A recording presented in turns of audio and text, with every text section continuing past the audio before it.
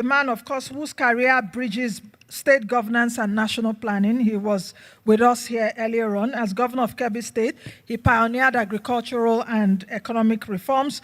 Today is the Honorable Minister of Budget and Economic Planning, ensuring that Nigeria's aspirations are matched by strategic execution. Please welcome again His Excellency, Senator Abubakar Atiku Bagudu, CON.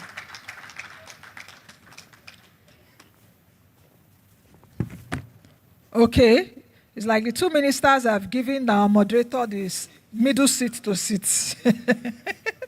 So to guide this conversation, we have a moderator, an economist, a management consultant, and one of Nigeria's most respected voices in economic advisory. He's the founder and chief executive of BAA Associates and a trusted advisor to both government and private sector. Please welcome Dr. Abiodun Adedipe. Please, can you give them a round of applause more? We are just back from tea break. Thank you. So this fireside chat, I've been told, will be for 30 minutes. Over to you, Mr. Moderator. All right, thank you so very much, Nancy. Let me start by expressing my appreciation to our president and council members for having me sit in between our two ministers who drive the economy. In fact, it's when it was mentioned I would be in the middle, I said that's a very hot seat. But by all means, I'm a voice for this conference today, this conversation with our two ministers, and we dive straight into the business of the day. And that is to speak to very key issues that are important to us as professional economists. And I'm also very sure that any regular Nigerian will be interested in listening to our much respected ministers here. So I would like to start with our Minister of Finance and the Minister for Coordination of the Economy. And my first question goes this way. Your mandate, Honorable Minister, goes far beyond Treasury. But I want us to take it from that perspective. Between the time you got into office and now, we've seen some remarkable improvements in the state of revenue, both in terms of volume and also in terms of composition. And certainly there must have been some things you did to make that to happen. So can you please share with this audience what those things are? Thank you very much, Dr. Adedipe. And let me just very quickly recognize the President, Nigerian Economic Society, Chairman of Council, and indeed, I think, can they hear me? Can you hear me? I hope this is better. Thank you. So, NES President and Chairman of Council and Council members and all the organizers of this important forum, my friend, my brother, my colleague, Honorable Minister for Budget and Economic Planning, former PS, Ministry of Finance, distinguished ladies and gentlemen, it's an honor, it's a pleasure to be part of this all-important gathering. And we thank the NES. We have two of your members, Dr. Ogo Okiti, as well as Professor Bright Erega, helping us enormously, giving us their capacity, their determination, and their commitment, and helping us with our delivery, as you say, Mr. Moderator, not just of the Treasury function, but the overall driving of economic transformation under the able leadership of President Bola Ahmed Tinubu. Revenue is key in so many ways. We're talking to top economists, so you understand that rationale. The revenue in the first half of 2023 historically was about 6 trillion. By the first half of 2024, it had risen to over 10 trillion. And in 2025, despite some headwinds and limited production capacity in the oil sector, revenue was still held in the first half of 2025 at about that same 10 trillion mark. So there's been no slippage there. Of course, we are all aware, follow the budget, and we can see that oil production isn't where it was anticipated, but non-oil exports and non-oil revenue has made up that balance. So overall, in the first half of 2025, we actually have a 40% increase in revenue, even though lower than was even projected. And so the success there is in diversification, is in non-oil revenue. And clearly, oil exports remain important, remain critical, especially in the short term, because that is where, first of all, you get foreign exchange revenue, and of course, the bulk revenue that comes from that sector for the whole federation is still significant. But oil exports as a percentage of exports are going down. Oil as a percentage of GDP is going down, signifying that the effort at reform, the effort at diversification of the economy is yielding results. And of course, the internally generated revenue, the blocking of leakages, the plugging of loopholes, the application of technology, automation, and even artificial intelligence to government's financial operations is yielding fruit. Thank you. Thank you so very much, Honorable Minister. That, in fact, speaks to one of the issues that we had been discussing, the economic context for the nation. We have, professionals who always say that, the problem we have primarily is that of revenue. So which means we are getting the right direction. Yeah, let me come to Honorable Minister for Budget and Planning.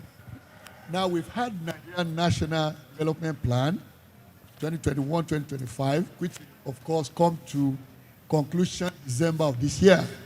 And we already have in place a new development plan.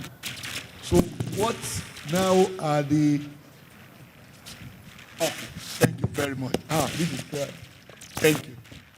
So now what we are interested in knowing in this instance is where are we currently, and of course, what is this direction of the new plan? Honorable Minister. Hello, Chief. Thank you. And I acknowledge the President, the PAMSEC, and all distinguished participants, and my brother, the Honorable Minister of Finance, Mr. Moderator. What was discussed and approved by the President is the process to put in place the successor National Development Plan to replace the 2021-2025, which is expiring in December. So Mr. President approved, and the National Economic Council also discussed and took notice of the fact that the 2021-2025 National Development Plan is expiring in December, and they need to put another one in place for 2026 to 2030. This is the second of the 5-year plan intended in the Agenda 2050. Agenda 2050, which was put in place in the year 2020 by the private sector, public sector, state government, local government, civil society organization, political and national plan, charted a course for us as to where we want to be by the year 2050. And the implementation is intended to be carried out via 6 5-year development plans, and this is the second one. So it's not yet done, but the Federal Executive, the National Economic Council and Mr. President have given approval to learn, review what has happened in the last 5 years, incorporate the renewed hope agenda and its priority areas, and contemporary developments around the world and develop a holistic, implementable 2026-2030 national development plan.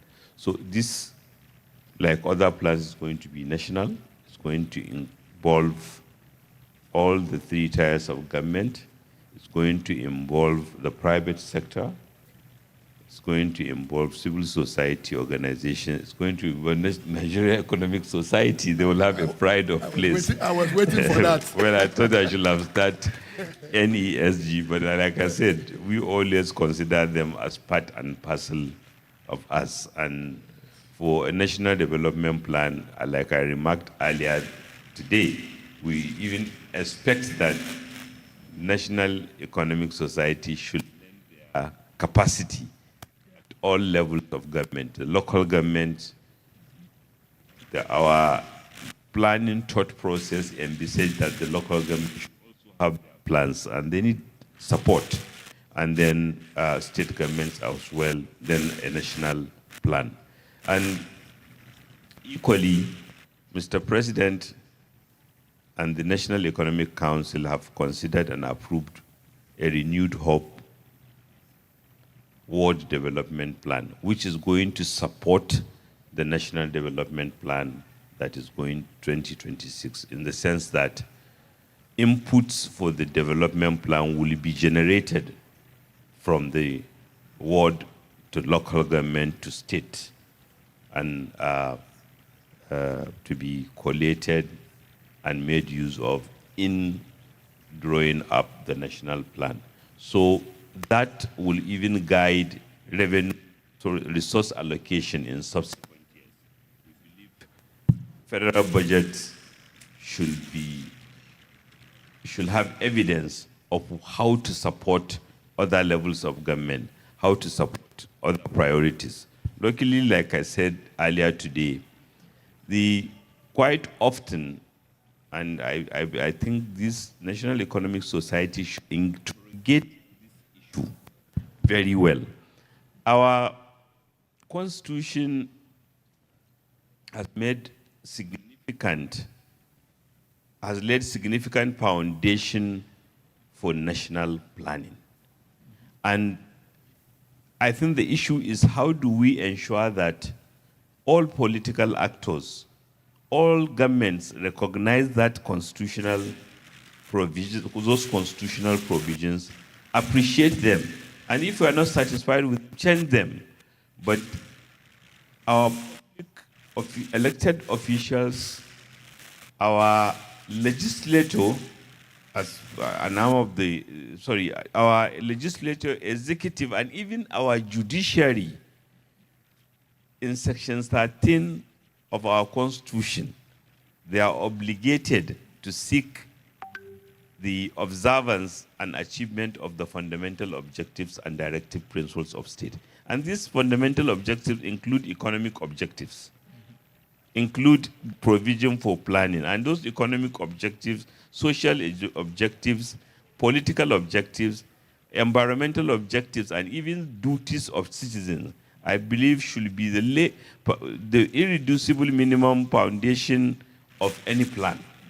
And since there are constitutional provisions, it is easier for us to find a mechanism of compelling all those in authority or all political parties to know that you can't even have a manifesto that is contrary to the provisions of the fundamental of objectives and directive principle of state, because they are constitutional provisions.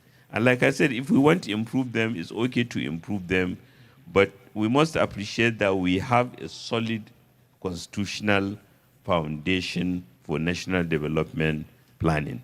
And then to answer, not even to answer, but to also reflect what can Nigerian Economic Society do. So since we have a constitutional basis for doing this, how do we ensure that once such a plan is drawn, which is consistent with the constitutional provisions, how do we ensure that it's implemented? And where there is need to change it, do it lawfully. And that is one of the things that President Asiwaju Bola Ahmed Tinubu did. The renewed hope agenda is fully consistent with the constitutional provisions. He recognized federalism as even in practice of our constitution. That is why one of the major success stories of the last 2.5 years is the better functioning of government at other levels, even while the federal government and him are taking the brunt. So we call for the Nigerian Economic Society to support us in that economic mapping of the wards, which will form the basis for both the renewed hope ward development and the review of the National Development Plan. Thank you. Thank you so very much. In fact, you've already addressed one of my follow-up questions. And I think the takeaway from this are simply two. First is the involvement of Nigeria Economic Society in the formulation of the plan, and then in the follow-up with respect to execution. So let me come back to Honorable Minister of Finance. And that is on this common refrain, I would say, in conversations about our economy in terms of how we relate our debt to GDP on the one hand, the debt-GDP ratio. And then the second one is on the issue of debt service, vis-a-vis revenue ratio as well. Now, which of these would we say is priority to you? Because one deals more with stock, while the other deals with flow. So the question is, which one is priority to the government? And how do you also, consider this as our strategic financial advisor, like Nancy said when she was introducing you, in advising the country now, not limiting it to our president, but the country with respect to this. Oh, okay. Thank you very much, Mr. Moderator. Of course, the issue of debt is important, and I thank the Office for Budget and Economic Planning for putting in context the importance that development goes down to the world level, because that's where you get broad-based, inclusive economic growth. Thank you very much, Nancy. In terms of the nitty-gritty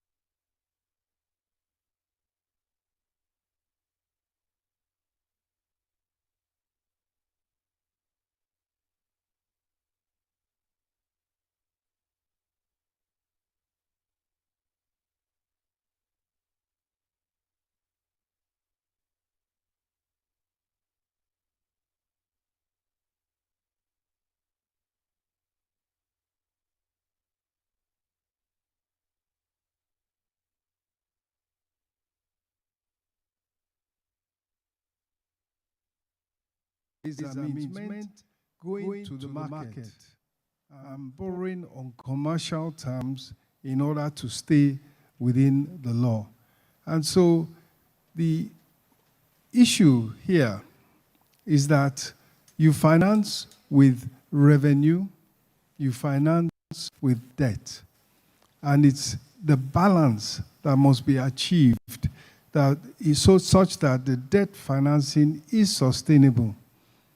And the overall objective now is to build a resilient, diversified, and growing economy. Currently, the growth rate of GDP, it is still growing. It is still above population growth. Last year, it was 3.4% overall, which is normally good. But when we look at where we are coming from, we need double that rate of growth in order to lift Nigerians out of poverty in their millions, which is the overall aim of the president and his policies and his administration, and indeed, as the Minister for Budget said, of all those in authority. So revenue is key. Domestic resource mobilization is key. And the success that has been achieved there has already been mentioned. In 2025, the revenue is up 40%. More importantly, technology, automation, and digitization has been recently implemented in order to give the transparency that will boost the revenue of government from its agencies and their federal government-owned enterprises and their operations. And that is the basis of having debt within sustainable levels, debt servicing within comfortable levels. We are on that path to make debt servicing less burdensome and to grow the economy and to create jobs. Thank you. Thank you so very much, Honorable Minister. That also brings me to a question I will pose to Honorable Minister of Budget and Planning. And this comes from an experience I personally had some 15 years ago. I sat on the Presidential Committee and we were to look at the expenditure profile of the federal government of Nigeria. And what we discovered there relates to what you just shared with us, Honorable Minister. We found that non-oil revenue compared to our recurrent expenditure compared to our non-oil revenue was 150%. And then we said, if Nigeria will get out of this, they will need to adopt a strategy where we grow non-oil revenue over a defined period of time to make it equal to the current expenditure. That way we free oil revenue for capital spending and possibly investment for the future. Now, on the back of that, Honorable Minister of Budget, I've personally had this view that when we get to a point in Nigeria where we don't need to look at the price of crude oil and then the volume of crude oil we produce and export to actually define our budget. Do we have such vision of a time when the national budget will no longer be making reference to oil assumptions? Just before I go, if I can just comment on what my brother has very aptly captured on this debt debate. And I think the Nigerian Economic Society can help. What is the absorptive capacity of a country with 230 million people who are crying for inclusion, hardworking, mostly hardworking men and women who are looking for inclusion, whose farming population are mostly one crop per season farmers because we don't have enough irrigation, whose fishing communities rely on fresh water body because we need capital to modernize them, who, as we heard this morning, despite enormous livestock potential, livestock, because of underinvestment, livestock, the animal husband has even remained a source of conflict. We need trillions of dollars to get it, to correct these decades of underinvestment. And let us as Nigerians be clear that the capital markets outside listen to what we say. If we say we don't have the absorptive capacity, some capital providers will take note and be careful. So this is something that we should enrich this debate, because earlier this morning when I spoke, I gave the example of, or even before saying that, a very popular book by W.W. Rostow, Stages of Economic Growth, made the point that in determining how much borrowing or whatever, you have to look at also your stage of development. Because if you are trying to mobilize all your capacity to move as quickly as you can, you need more resources. That is how a country like Japan, which has about half our landmass, half our population, but maybe our debt is 1%, 2% of, not more than 3% of Japanese debt. Why? How is it that they needed that much money? Was it funding wastage policy? No. They are known for good governance. So that means there is an irreducible amount of money, despite all the commendable things, despite the risk we have taken, commendably Mr. President has taken, that we need to marshal and begin to appreciate, so that our educational system, our public support, our public system, led by the Nigerian Economic Society, can help characterize the kind of resources that we need and lay ground for it, rather than when we are talking literally in tongues, we are saying one thing and we don't have foundational support. The same when you look at Spain. Spain, again, less than about half the Nigerian landmass, about 1/4 of Nigeria's population, but with over 2 trillion debt. Why do they need that debt? Because to develop people, you need the resources, especially where you have been underinvested. So even as we are correcting it, I guess we shouldn't lose this argument. We are not overgeared, we are not overborrowed. In fact, compared to our capacity and compared to these other countries, we are underborrowed or underinvested. So we need to be very, very vigilant, and it will be helpful if the Nigerian Economic Society and the Ministry of Budget would be willing to fund a study on the absorptive capacity of the Nigerian economy, so that we can have a guide.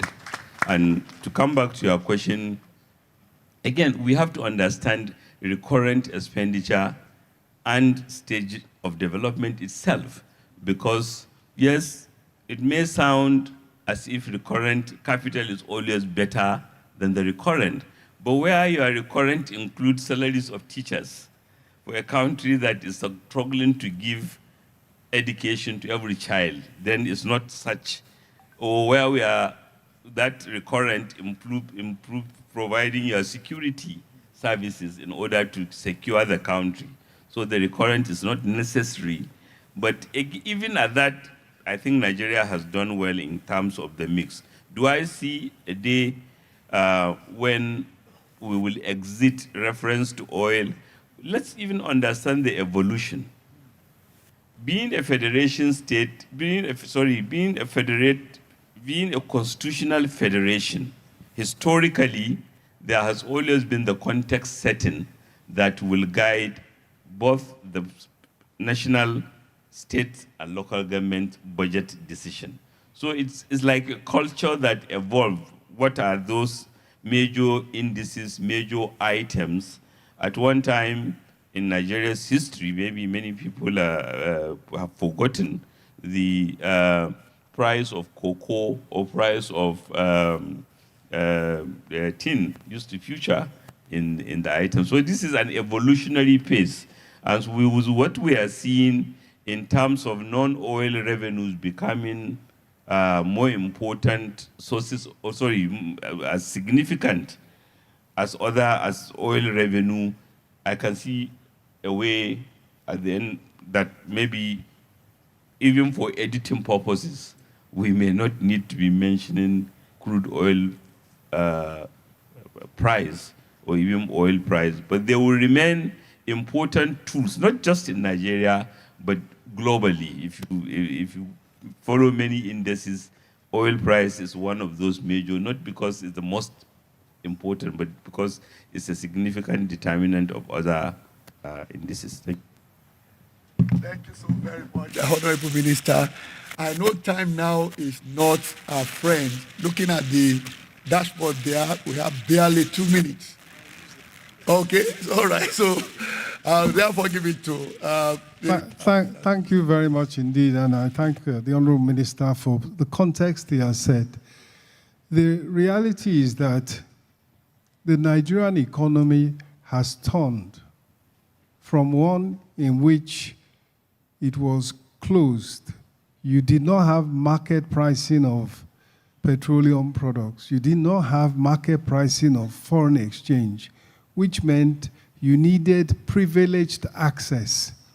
The opportunity to grow, to finance, to invest was limited. Since the assumption of office of President Bola Ahmed Tinubu, the economy has been opened up. The playing field has been leveled. And what does that mean? It means that in terms of the ability to finance economic growth, it is not just what government can bring and what a few people who have privileged access to resources can bring. Now, the investment environment is feasible for small, medium, as well as large-scale Nigerians, is feasible and attractive for foreigners as well. In the oil sector, $7 billion worth of investments has come in recently. And more importantly, now manufactured exports from Nigeria, from the smallest, from making of hair, from cosmetic products, they go from Nigeria across West Africa and even beyond, because the exchange rate is competitive and the environment is conducive for investors. That is the way we will build a resilient, a diversified, and a balanced economy that is not just depending on oil exports for revenue and for foreign exchange. And so the promise and the opportunity, particularly to the young in Nigeria, is that the economy is very much open and attractive and available for you to seize the opportunity and engage in productive activity that will earn you a good living, grow the economy, create jobs for those coming behind, and lead to a much more prosperous Nigeria.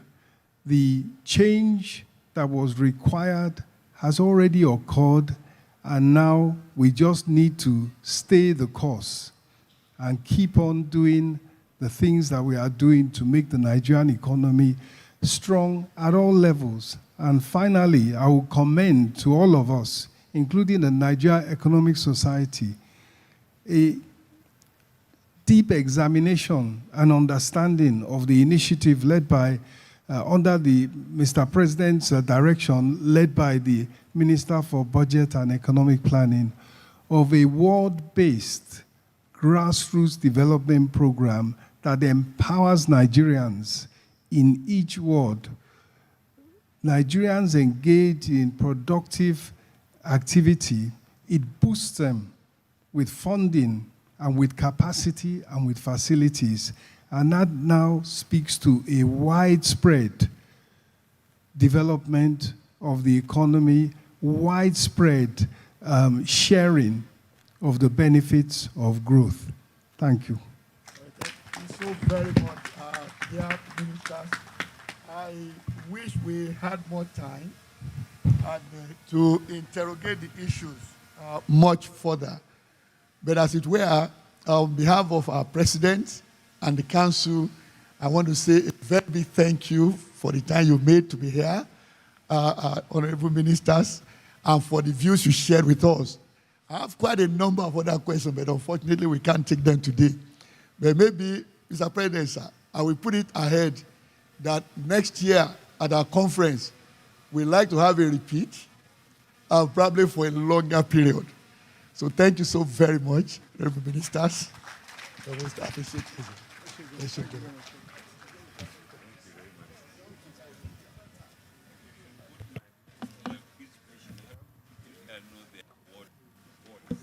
Okay. Honorable Minister says that I should ask you, how many of you know your wards? Your electoral wards, the name of your wards? Geographical wards, actually. How many of you know your wards? So that's the question to you. So please, council members, can you quickly come to the stage for pictures? While that is going on, let's get the presentation of gifts and awards ready for our honorable minister. And the presentation of will be done by the immediate past president of the NES.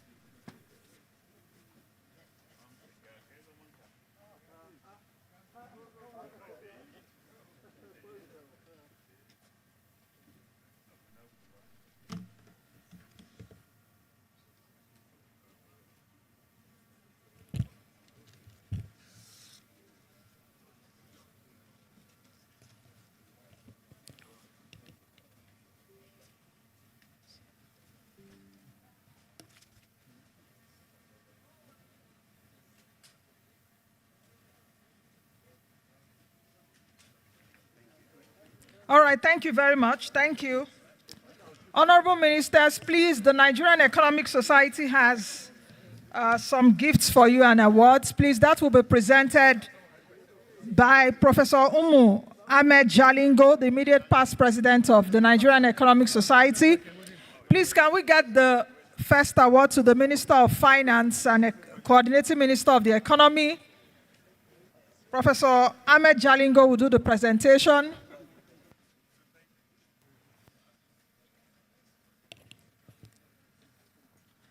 Thank you very much. The next presentation would be to the Honorable Minister of Budget and Economic Planning, Senator Atiku Bagudu, CON. Still done by Professor Ahmed Jalingo, the immediate past president of the Nigerian Economic Society. Thank you very much. Please, can we give our ministers a round of applause? Thank you very much, sir. Please, as they exit, can we just all still remain seated as we continue the program? I'll be calling on Professor Umu Ahmed Jalingo for her quick remarks.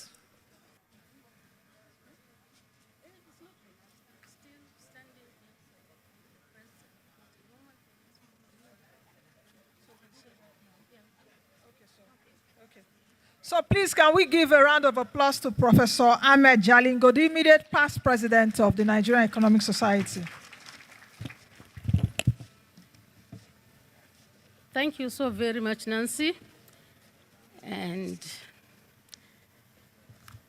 protocols observed, even though there are so many empty seats in front.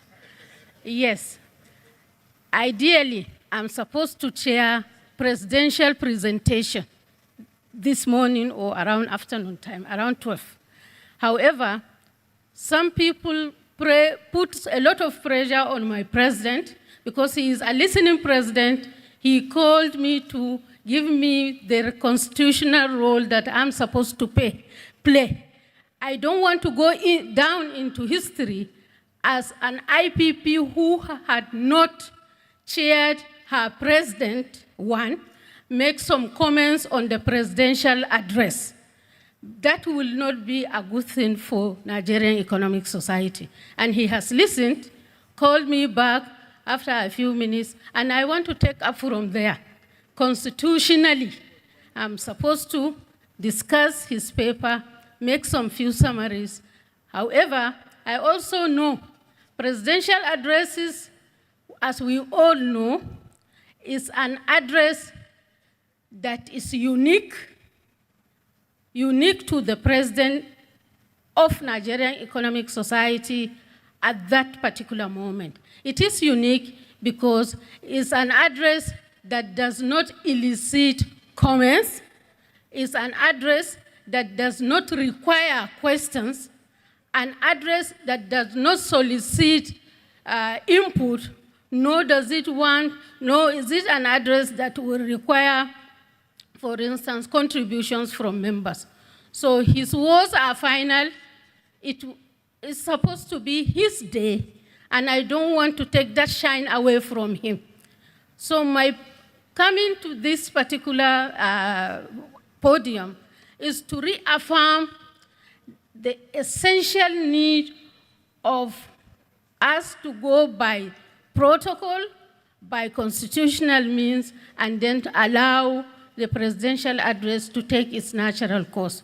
So I will just summarize what our president said this afternoon. And as we all know, we said it doesn't require anything except for me to request for his attention, and we give him the applause that it demands. That is the recognition that it demands. Having said that, I have looked at presidential address into 4 areas. I looked at the nexus of his own topic. I looked at the objectives of his presentation, methodology he deployed, his key findings, as well as conclusion and recommendations, all in just few minutes. I know the booklet has been circulated, or it will be circulated for members to go through. It's well over 73 pages. So let me take this opportunity to summarize presidential address given by our 44th president of Nigerian Economic Society today at the 66th National Conference of Nigerian Economic Society. His paper or presentation dwell on Nigeria's growth experience since 1960, lessons learned, mixed opportunities that we were unable to attend to, and then also pathway to transformation. This I want to tie with the theme of this year's conference because there is a nexus. The theme for the 66th annual conference of the Nigerian Economic Society, as we have heard it there on all the platforms, rethinking Africans' development pathway to economic transformation and social inclusion in a changing global economic landscape. This, to me, presents a profound and urgent mandate. It calls for a critical re-examination of established paradigms and also courageous search for new sustainable pathways that is linked to our unique challenges as well as opportunities. A lot has been said today, since morning. In fact, a lot had been said since yesterday over this particular theme and what it contained. This mandate, perhaps, I think is most pressing for Nigeria, which is what we all know, that it is Africa's most populous nation, and among the 4 for instance, most largest economies on the continent. The presidential paper that has been presented this afternoon offered a direct response to this particular theme because it's predicated on poignant national question. That is why has Nigeria, despite its immense natural resources, that is both human and natural, endowments, failed to achieve transformative and sustained prosperity. While other economies that he used as comparators, such as Malaysia and Indonesia, have succeeded where we were unable to make the headway. So the paper tried to cascade a lot of issues that is aimed at identifying specific historical inflection points where opportunities were missed. He also tried to extract, for instance, actionable lessons that could be learned and chart a concrete pathway for Nigeria's economic transformation by providing a vital evidence-based contributions to the conference discourse in terms of understanding the African pathway to development. The objectives I was able to summarize here into 5. The paper looked at 5 specific objectives. 1, to critically analyze Nigeria's growth potentials and structural change since 1960, identifying, for instance, periods of progress and periods of non-progress that have been recorded. The paper equally looked at ways of conducting a comparative analysis of Nigeria's socioeconomic performance with that of other countries in Asia, like Indonesia and Malaysia, to pinpoint divergent paths. Number 3, to identify the critical, for instance, juncture where Nigeria's dropped the ball, which he tried to explain, and missed opportunities for transformative growth.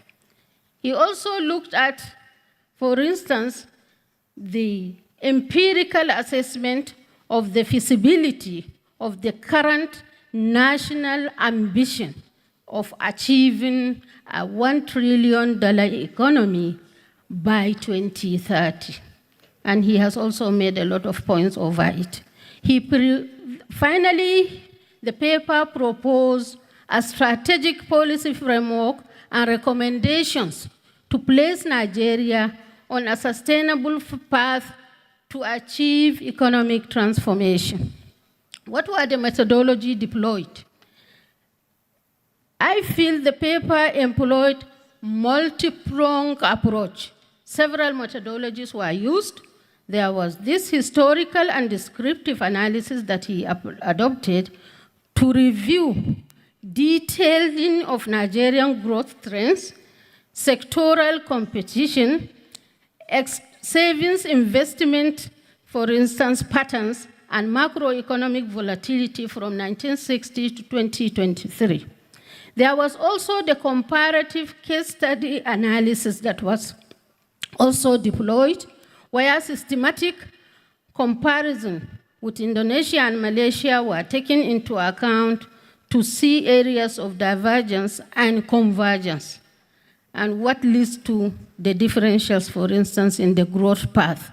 There was also growth accounting framework that was also applied, where he also studied and looked at growth decomposition analysis where he attributed growth to factors like capital intensity, labor intensity, for instance, labor productivity, and total factor productivity for the 3 countries in question. And there was simulation modeling that were also deployed in the paper using Harrodoma growth model framework to simulate alternative growth, for instance, trajectories for the Nigerian economy. And based on the different savings rate and capital efficiency parameters, the model is also used to critically evaluate the feasibility of the $1 trillion economy in question. There was then also the institutional analysis that were also deployed, where an examination of the structure of economic governance, including the academic and the professional backgrounds of individuals occupying macroeconomic positions, for instance, or economic management positions in Nigeria as compared to these comparado states or countries. What are his findings? The findings have been analyzed as thus.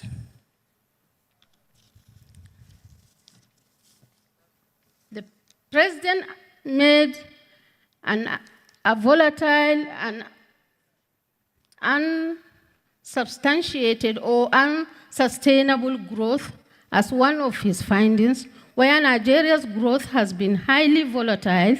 He also said it was heavily dependent on oil and has failed to translate into sustained per capita, for instance, income improvement. The economy is less diversified now than it was in the 1970s. There was also the comparative gap. His paper also concluded by looking at the fact that Nigeria's GDP per capita grew 7-fold in 60 years. Malaysia's per capita growth was 12-fold in that period, and Indonesia is about 20-fold. So Malaysia and Indonesia have sustained that growth and led them to middle-income economies, while we are still lagging behind. There was also the productivity deficit that was explained in the paper. Growth decomposition reveals Nigeria's growth had been driven minimally by productivity.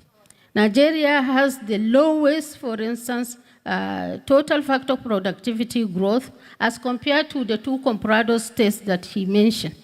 There was also the sectoral underperformance.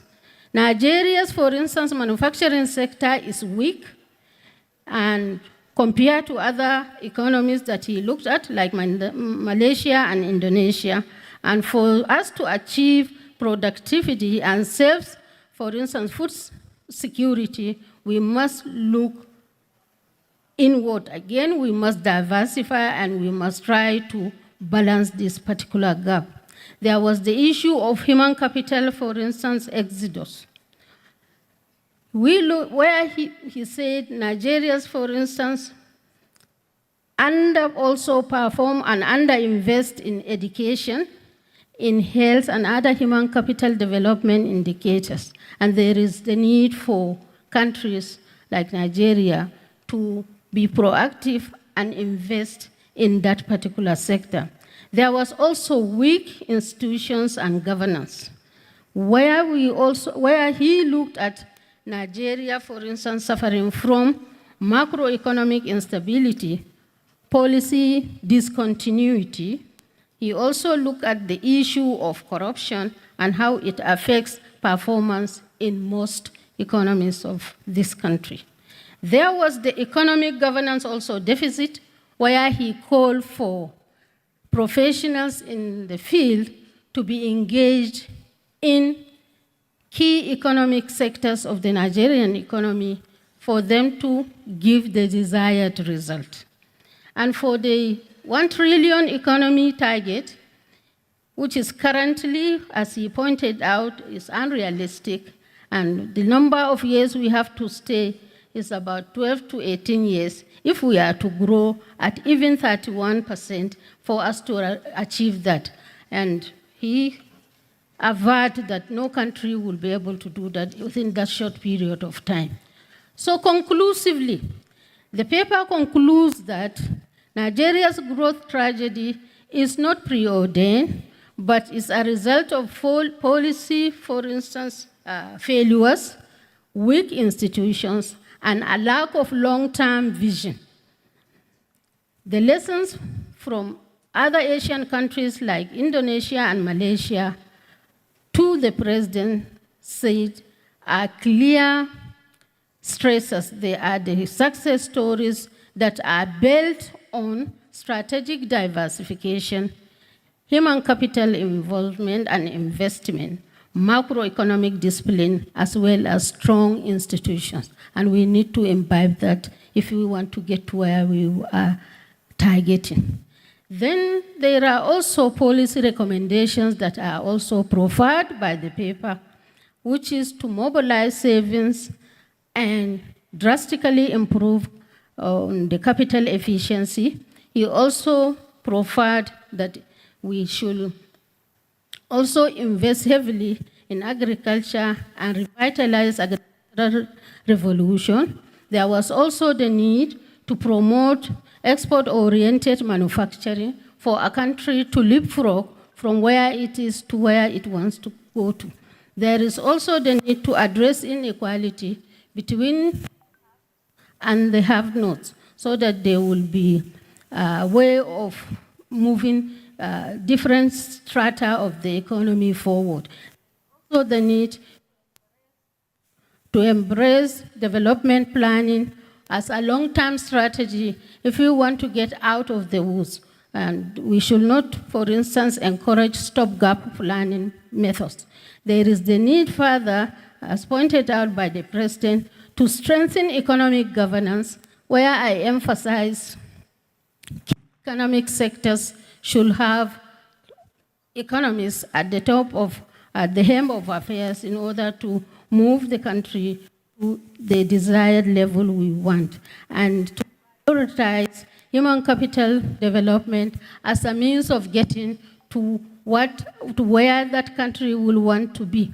So having summarized this in just a few minutes, I will want to urge members to allow me ask the President, 44th President of the Nigerian Economic Society, to please rise up while you applaud him when I'm getting down the stairs to go to my corner seat and sit. So please, Mr. President, rise up to get the shine of the day. It's your day, it's your paper, it's your work, and you earn it. Thank you.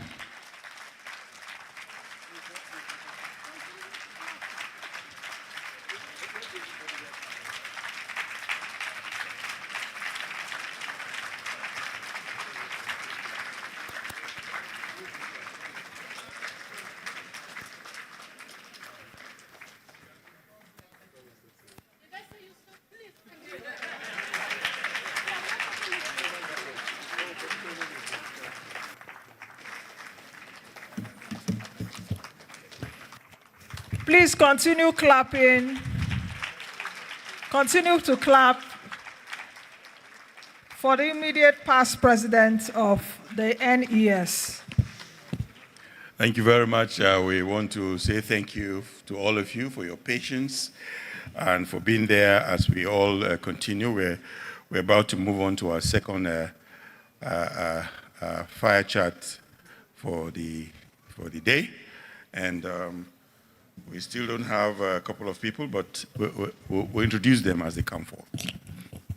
All right, the next items now that we're having, and after that we would definitely have the conclusion of today's conference.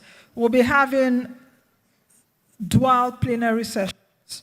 The first plenary will be holding here, and the first plenary holding is titled Policy and Governance to Support African Sustainable Development and Economic Development. The chair of this plenary that we'll hold here is Mr. Mohammed Sani Abdullahi, who is the Deputy Governor, Economic Policy at the Central Bank of Nigeria. But he has asked his Director, Monetary Policy Department, he has asked his Director of Monetary Policy Department, Mr. Victor Obo, whom I believe is here in the room, to chair, and Dr. Victor Obo is also part of that panel, so he will be taking dual roles. So please let us invite, because the first one will be holding here, like I mentioned. The second one will be at the banquet hall. So there are 2 sessions going simultaneously. So one at the banquet hall, one here. So you have the choice now to attend the one you want to attend. Either you be here or you go to the second one at the banquet hall. The second one, of course, will be looking at, that's the plenary room 2 at the banquet hall, we'll be looking at global economic dynamics. So if you are interested to know and to, get more information on the global economic dynamics, the chair of that session would be Professor Nasivi Abdullahi Dama, Commissioner of Internal Affairs at ECOWAS. He will be chairing that session at the banquet hall. So let us just quickly do the introductions. Yeah, the introductions for the session that is taking place here. We have Dr. Eric Ogunleye, Director, African Development Bank Institute. Is he here with us? Is he here, Dr. Ogunleye? Yeah, so he's coming up, yes, thank you very much. The next is Dr. Victor Obo. Victor Obo. Yeah, thank you very much.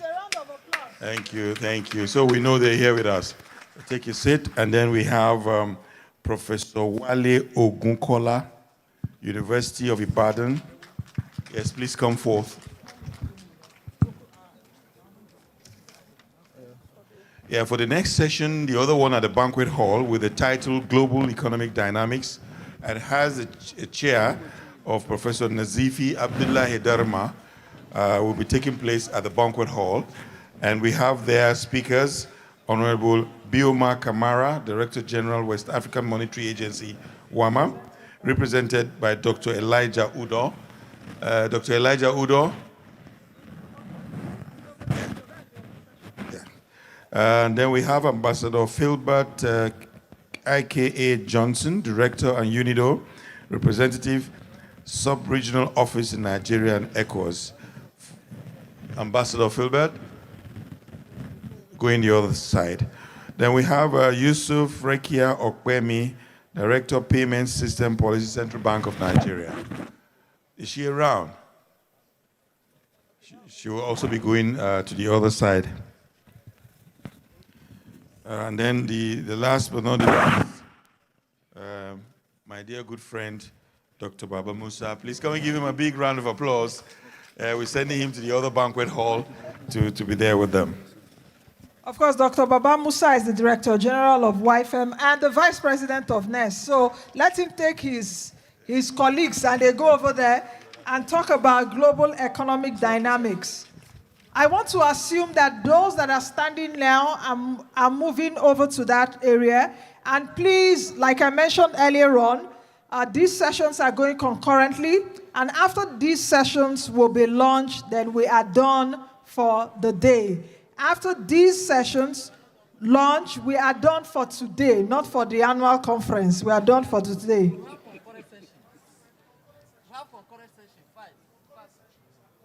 After this one, the agenda that I have, anyway. Okay, so you all understand what we are doing. I'm talking as a result of what I have here and the information that I was given. So we have concurrent sessions 3. So that means we'll be here till when? We'll be going on concurrently. Yes. All right. So are we good to go, Dr. Obo? Over to you, sir. It's better now.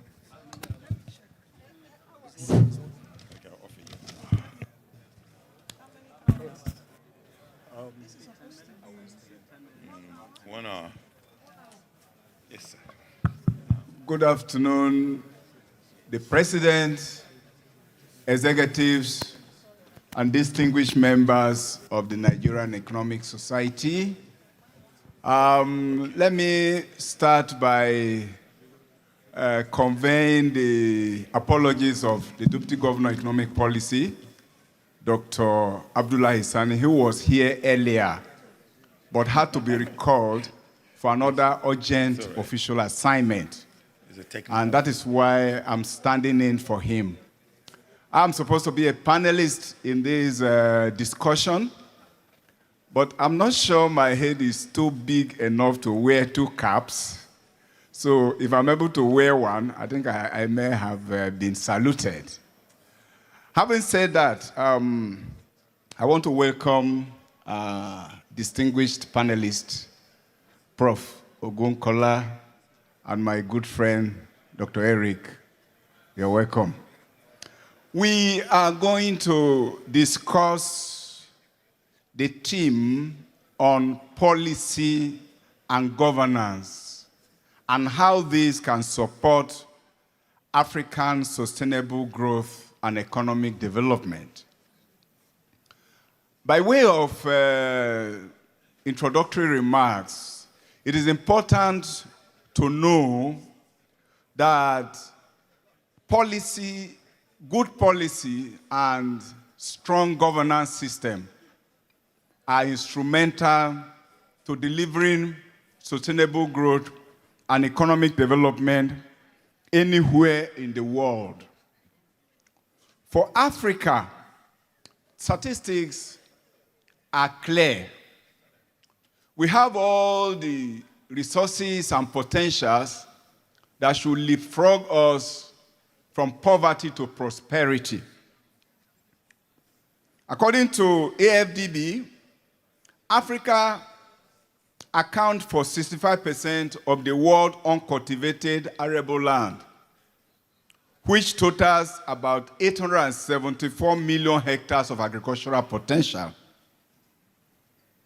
If you get to the area of GDP growth, we have grown from about $600 billion in 2000 to over $2 trillion in 2024, which again provides some very good statistics for us. This is provided by UNECA. The sorry issue here is that despite this impressive macroeconomic potential, Africa's economy continues to underperform. Today, Africa plays host to over 400 million people living in abject poverty. Youth unemployment exceeds 25% in many African countries. This highlights the critical need to have very strong policies and good governance systems that should be able to deliver services and bring people out of poverty. And so the importance of strong policies, strong institutions, and good governance that should take us out of that abject level of poverty cannot be overstated. It is on this basis that we, without wasting time, will delve into this theme of how good governance, good policy, strong institutions can deliver sustainable economic growth and economic development for the African continent. So with this background, let me hand over the floor to our panelists to make a short presentation or remarks about their own areas that will contribute to this discussion. And thereafter, we'll have some round of questions that will be able to address various issues within the context of the general theme. So let me start with Professor Wale Ogunkola. Professor Wale is of the University of Ibadan, and he is going to provide some initial remarks on strengthening regional integration for economic transformation. Prof, you have the floor.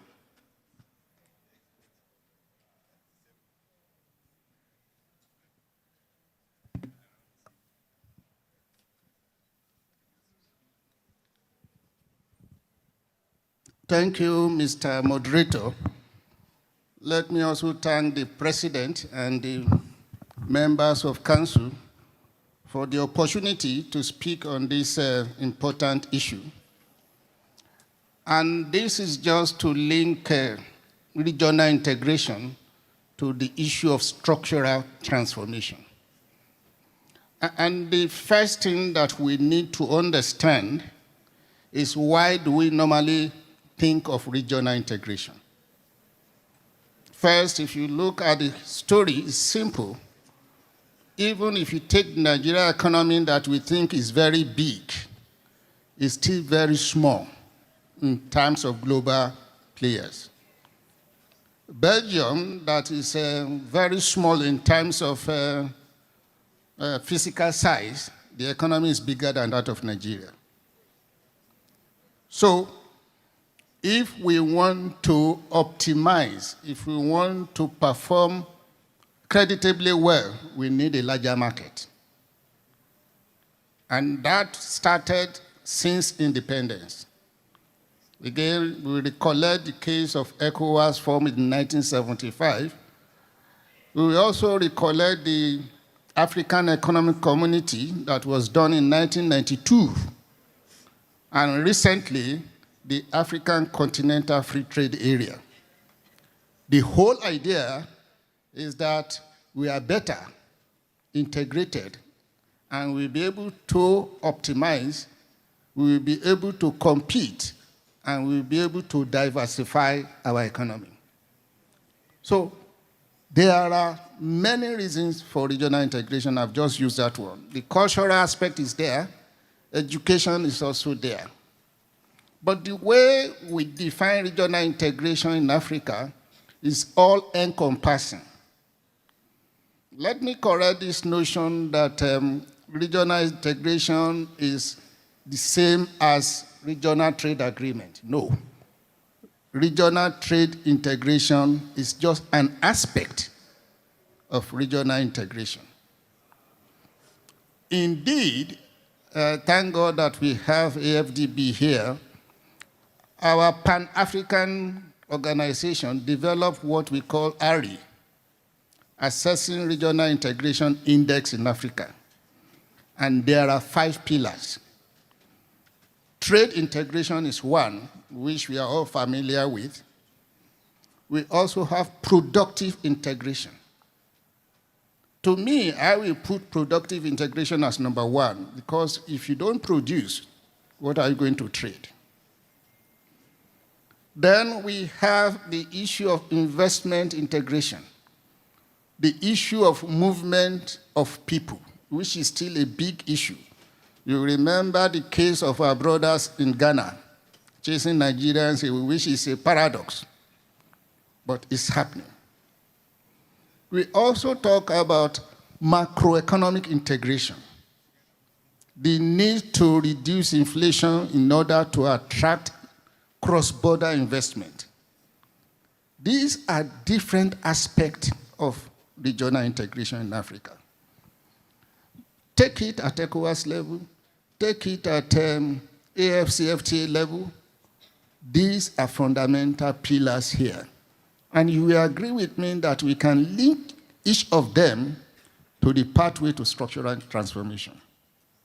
Let's take one of the pathways to structural transformation, which is industrialization.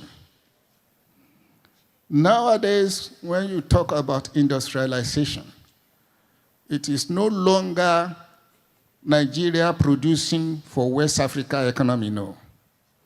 It's no longer producing from one input to get to the final input. Indeed, we now trade in tasks rather than in goods. Regional value chains, supply chains, all these are still new to us. But if you must do that also, that's important for me to also raise the issue of trade in services. So it's no longer talking about trade in services. We need to also integrate services into manufacturing, which is still missing. So for structural transformation, you will see that trade integration alone will help us a lot in terms of achieving structural transformation. What of diversification?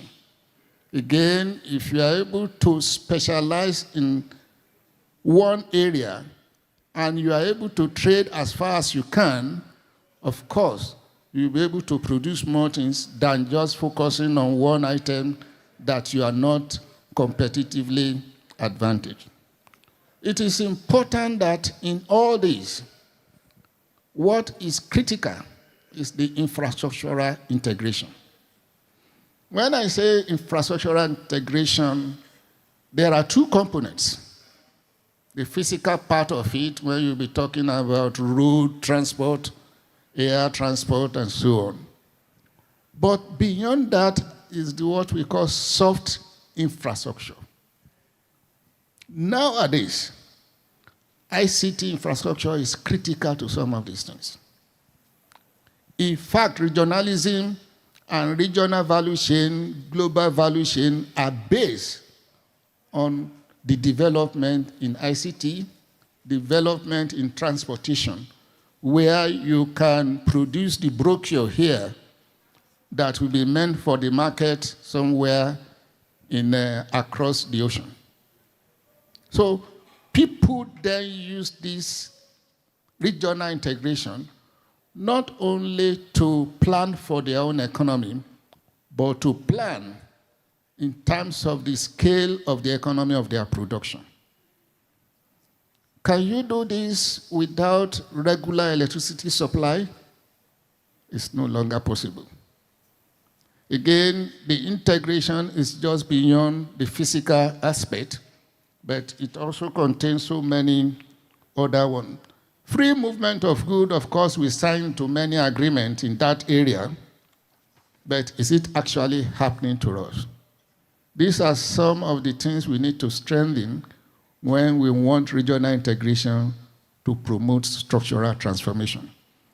Mr. Moderator, before I stop, I think when we look at the regional integration that we have right now, this is my personal opinion. It occurred to me that we are thinking for the private sector. It would have been the best way for private sector to approach the government in terms of exactly what they need, and for that one to form the basis of our negotiation with our neighbors and so on. For AFCFTA, you will see that we rushed to actually have that agreement. The implementation now is now coming to let the private sector get to know what is in there for them, and also to empower them, to encourage them to explore the market. For us to go forward, we need to engage the organized private sector in so many areas. There is Africa Business Forum, there is a Federation of West African Chambers of Commerce and Industry. I think we need to go back to let them know that they have this opportunity of exploring what we've already negotiated in the regional integration agreement. The other one is listening to previous speakers today. There is need for us to mainstream the regional integration agreement that we signed into national development strategies. My idea is this: if we have the national development strategy, which areas do we want to leverage on the agreement of regional integrations that we have to be able to achieve them? We can still do this, and we can still go back to renegotiation. God so good, there's a clause in AFCFTA for 5-year review of the agreement, and we can still bring some of this to our table. Finally, there is the need for us to achieve policy coherence, not only in the area of monetary and fiscal policy, that one is so obvious, but in terms of exactly what we are trying to achieve. We need to think through and let the policies come together to address an issue rather than one policy arm saying something and the other one saying another thing. Thank you, Mr. Chairman. Thank you. Please, you deserve a round of applause. Thank you very much, Prof, for that strong foundation. Let me turn to Dr. Gunleye, and you have 7-8 minutes to make your presentation. Thank you. All right. Thank you very, very much. People often ask about what is the difference between economic performance in Africa vis-a-vis what you see in some other developed countries. People ask, why do things work in some places and why do they not work in some other places? I think one of the key things that is at the heart of why things work or why they don't work can be summarized in just one word, and that is governance. And I'll add to that leadership. Of course, we know governance, leadership, they go hand in hand. So when we're talking about governance, therefore, we're talking about how power is exercised. We're talking about how decisions are made. We're talking about how institutions work, how they function. So if you have governance where powers are appropriately exercised, decisions are well made, and institutions function well, you tend to see that there's a big difference between the way the economy itself will work. So what that implies is that governance is not just an end in itself, but it is a means to an end, and it's also more importantly an economic imperative. People often say that political economy is more important than economics itself, and that is true. Because political economy, you have a lot of issues that have to do with governance, decisions, how institutions function, and so on and so forth. So the question then is, why should we be thinking about rethinking governance? The reason is because the type of governance that we have currently, especially in most African countries, in most cases, they are often very highly centralized, where you have power concentrated at a certain center, and so they are not devolved. And as you know, the saying is, power corrupts, and absolutely power does what? It corrupts absolutely. So when you have a lot of power concentration, those in whose power that power is concentrated, those in whose hands those powers are concentrated, they tend to abuse the power. Now, the second point is about the fragmentation of power. That may look like a contrast, but what that also suggests is you have some situations also where the power are so devolved that the center or the key decision-making arm becomes weak. And the final thing is the fact that most of the way we use power or governance work in most African countries is simply reactive rather than being proactive. So things happen, then we start to chase how do we correct them, rather than ensuring that we take measures that will ensure those things don't happen in the first place. Insecurity in Nigeria, for example, is a typical case. Were there steps we should have taken at the governance level that ensure we do not get to the state of insecurity? Or should we wait for things to get to where they are now and we're firefighting? So this is the reason why we need to think seriously about rethinking our governance models. Because what these governance models do when they are reactive, when they are fragmented, and when they are centralized is they do not respond effectively to the dynamics of global changes and even domestic changes. Shocks will come, the governance system will make it difficult to respond to them. So what then should we be thinking about? We should be thinking, therefore, about the opposites. How do we ensure that we make governance to be more inclusive? How do we make governance to be more transparent? How do we make governance to be more accountable? And how do we ensure that we rethink governance in such a way that they are results-driven? So that should be the focus, the key things we need to look at when it comes to rethinking governance.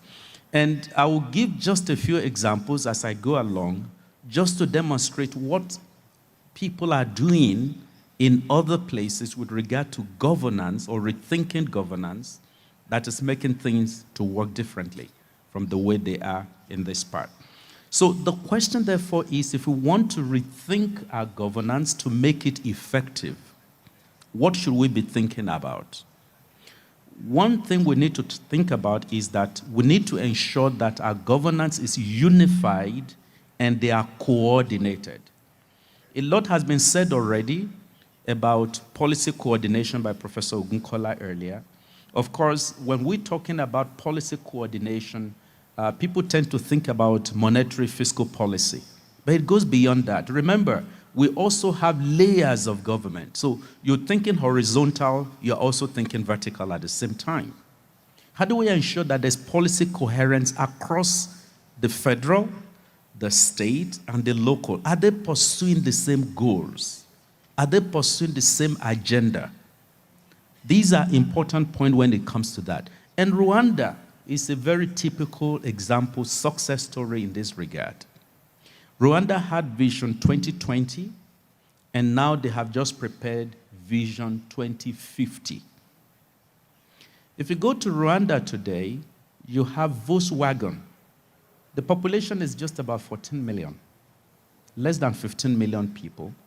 But you have Volkswagen assembly plant manufacturing in that country. It's a landlocked country. Most times you don't connect from Rwanda to any other country. If you're going there, it's like you're going to an end. With a small population, with the fact that it is landlocked, but they are able to attract such investment. How did they make it happen? Because of vision, because of coordination in policy.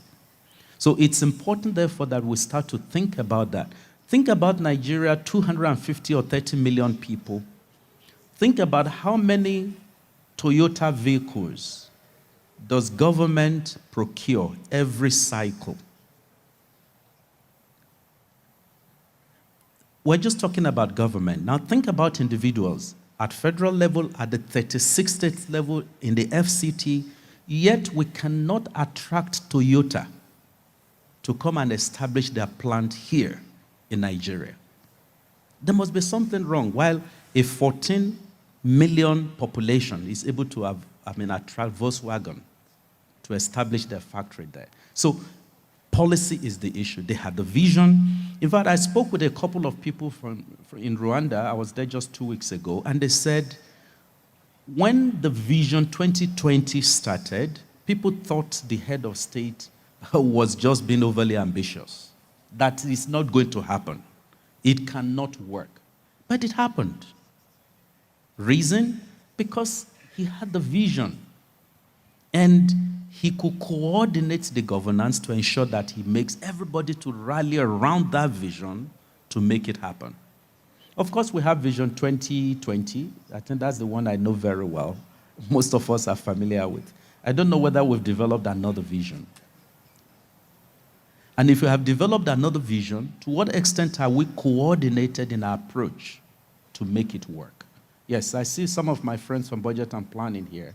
I used to be there, So where are we with regard to ensuring that proper coordination of the vision that can help us to deliver on this? So that's one point. And again, leadership. Leadership is it. Now the second point is strengthening institutions. Again, institutions do not function by themselves. They are run by people. And if the people who are running those institutions are not good enough, the institutions itself will be weak. So what we need to focus on, therefore, is how do we build strong institutions and not just strong individuals? And I think this point has also been made. When you build those individuals that will strengthen the institutions, how do you not only attract them, but how do you retain them? And I've spoken with a number of colleagues from some institutions, and they keep complaining how institutions have grown really weak, how individuals who work in these institutions are not up to date in terms of capacity and all of those. And I said it's not peculiar to government institutions alone. Even for us who work in global institutions, continental institutions, we've seen a lot of, I'll call it some drop in terms of the quality of the people who work in these institutions. So the question then would be, how do we strengthen the capacity of these individuals so that they can in turn strengthen the capacity of those institutions? Because if the institutions are work, you develop a policy, you have a vision, and you do not have an institution that will drive that vision, it's not going to work. In Rwanda, they have what they call the Rwanda Development Board. It's like the overall, there is virtually nothing. The CEO of that institution reports directly to the president so that he understands his insights, he understands his vision, and can interpret them. So this is the second point institutions have to be worked. Then next to that is transparency and accountability. If institutions or governance is not transparent, if people are not held accountable, if there is no consequence management, there will be challenges. Governance will not work. And again, I'll refer to the example of, Professor Adenekinju earlier spoke eloquently about Malaysia and Singapore, and we have a lot of good examples from these places. In Rwanda, too, we have good cases of people who, because of the fact that they took wrong decisions, whether you're in the military, whether you're in academic, whether you're in public organization, whether you're in private sector, if you're found culpable, you end up in jail. And there are a number of ministers who are there because of the fact that they did the wrong thing. Why? Because the system is transparent. The system holds people accountable. So that is another point we need to bear in mind. Botswana, Mauritius are other examples in the way they manage their resources. Botswana especially, many of us know how endowed they are in diamond, and the fact that they have used that resources transparently. In fact, there was a time they went to borrow from the World Bank, IMF, and the moment the price of diamond increased, they went back and just paid off the loan. This was like a 30, 40-year-old loan. Transparently, they said, we have the resources now, just pay off. So that is the power of transparency. And when people do what is wrong, they must be held accountable. We know the principle of why people break taxes. If the probability of being caught is very low, and the probability that even when you're caught, you will not be punished is also very high, definitely you will not pay tax. People will evade tax. So it's important, therefore, that we hold people accountable. Then governance also needs to be participatory. It has to be bottom up. In most cases, in a number of African countries, the way governance works is you just go to a community and decide for them what they need to develop. You don't give them that choice to make a decision of what they need. So you may end up giving them water when what they really need is education. You may end up giving them road when they really need are hospitals. So it's like, therefore, administering a headache medicine for somebody who is having stomach ache. So it's important, therefore, that we ensure that people are carried along. And they do that a lot in Botswana. You have communities that meet and decide on what the need of the community are, what those needs are, then they build up from there to the national level. So that helps them to ensure that what is needed at every point in time is what is provided. So governance, therefore, is responsive to the need of the people. Maybe one more point to mention is digital transformation. One of the things that is fueling corruption in most African countries where we deal is the fact that there is no digitalization. When things happen manually, then there's high probability that people will cut corners. Cash can miss, and so on and so forth. But when there is digitalization, there's traceability. It helps you to be able to trace resources, to trace people's action. If decisions are to be taken and is digitalized, you know at whose level that decision is lying, who is taking time, who is sitting on it. So digitalization is absolutely important. I know I've spoken for some time. Let me keep quiet for now. I could have another opportunity maybe to profess some policy recommendations and also to speak a little bit about what we're doing at the African Development Bank to support African countries to improve governance. Thank you very much. Thank you very, very much. Thank you, Dr. Ogunloye. Let's return to Professor Ogunkola. You mentioned AFCFTA, and it's often tipped as a game changer for the African continent. But there are also other schools of thought that think Nigeria is not ready. Or maybe West Africa joined prematurely. Are we ready? Is it really a game changer? If not, how can we remedy the situation so that we can optimize the opportunity in AFCFTA? Thank you very much. I think if you ask me this question about a year or two ago, I will say yes. But in the last 1 year, I think the government is ready for AFCFTA. I think it has already gazetted it, and they are already making effort to implement. Remember, it's an agreement, and the way it is designed is also, maybe I can speak about that a little bit. It is work and eat. I hope some of us remember what we do when we are playing football when we are young. For you to be on the goalpost, you must score, then it's your turn. In most of the regional integration agreement, the letters are there.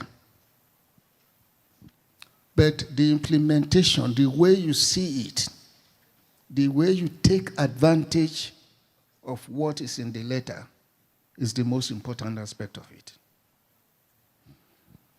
And I think we are making effort to do that. We joined the Guided Trade Initiative. That's about a year or two ago. And we are able to export or trade under the AFCFTA. I also know there is a National Action Committee on AFCFTA.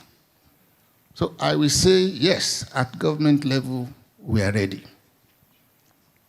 But the most important point is to get the private sector to see the vision and to catch the vision. It's for somebody who is coming to Nigeria to invest, but rather than see Nigerian market or West African market, to see African market.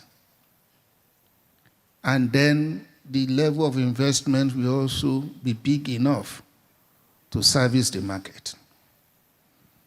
One thing that I need to also mention is the issue of human capital development and the role of regional integration in structural transformation. Most of the time when you design regional integration agreement, you talk about other factors of production except human resources, or you cash it on the head. And human development is critical, even to trade, but it's more critical to services. Where a teacher in Nigeria can practice in Rwanda, can teach in Ethiopia. But that cannot happen right now because there is need for mutual recognition of certificates. There is need for language training and all whatnot. So part of what is there in the AFCFTA, indeed one of the simulations that we did was if we are to face just trade in goods and services and other trade in goods only and other protocol, investment and all whatnot, the gain to the continent will be like two-fifths of what we have been if you include services into it. And that's why services trade agreement is an integrated part of that AFCFTA. The implementation, to me, is what we are lacking. Not only in the AFCFTA agreement, even in ECOWAS. The headquarters of ECOWAS is here. There are so many advantages of trading on ECOWAS platform. Are we actually taking advantage of that? In this room, I think we are talking to ourselves, not talking to the practitioner. That's why it is more profitable to discuss some of these issues with business association, with manufacturer association, and for them to raise the constraint that they are facing.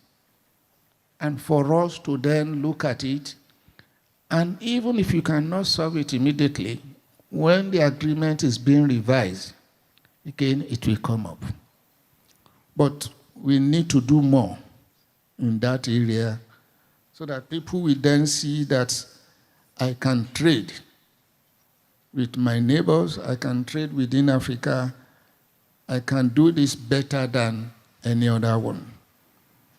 The constraints are there, but again, using the case of Rwanda that you mentioned, the first shipment of good under AFCFTA was done by the state, Rwandan Air, to Ghana at a rebate transportation cost. There are roles for different stakeholders. There is a role for the public sector, which I think the public sector is doing. There are roles for private sector, which, as far as I know, is not yet at that level. At individual level, you can see that Dangote will stand out in terms of making use of those opportunities to establish industries that will not serve only one country, but different countries in Africa. Equally important is the issue of private-public partnership, especially in the areas of infrastructure. People that have money and are looking for where to invest, but the only thing that they need is guarantee for their investment, and which is ensured in the AFCFTA investment protocol. But if we don't implement them, if we don't start, we will not know whether what is there is adequate or not. So it's still a big issue to get our people to know what is in there and to also empower them to be able to take the advantage. Gone are those days when we talk about countries trading, but now we talk about individuals trading. And what do they need? Market information. If I'm producing cocoa beans, for example, I should be able to add value to it. But where are the markets? Again, government should be able to have a system where I can know where cocoa beans or cocoa powder is required in Africa, and also to be able to trade. So there are many things to be done, but when you link them to structural transformation, please, it is important that domestic policies are very, very important, very, very critical. And it is when you get it right at home that you can also look at the regional level to be able to shape the idea. If, for example, your inflation is still as high as 22%, how are you going to attract cross-border investment? These are some of the questions. The last time the Minister of Finance was talking about debt servicing, somebody was talking about financing government using 3% of GDP and so on. People are working lower than that, just to be sure that once they enter into your economy, they can enjoy the prosperity and they can have predictability in terms of what they want to do. Thank you, Mr. Chairman. Thank you very much. I think he deserves a round of applause. Thank you, Prof. Dr. Ogunle, you mentioned the need for coordination between the tiers of government. And you know we operate a specialized federating system here. When you make reference to issues of FAC allocation, where about half of the allocation, monthly allocation, goes to the subnational.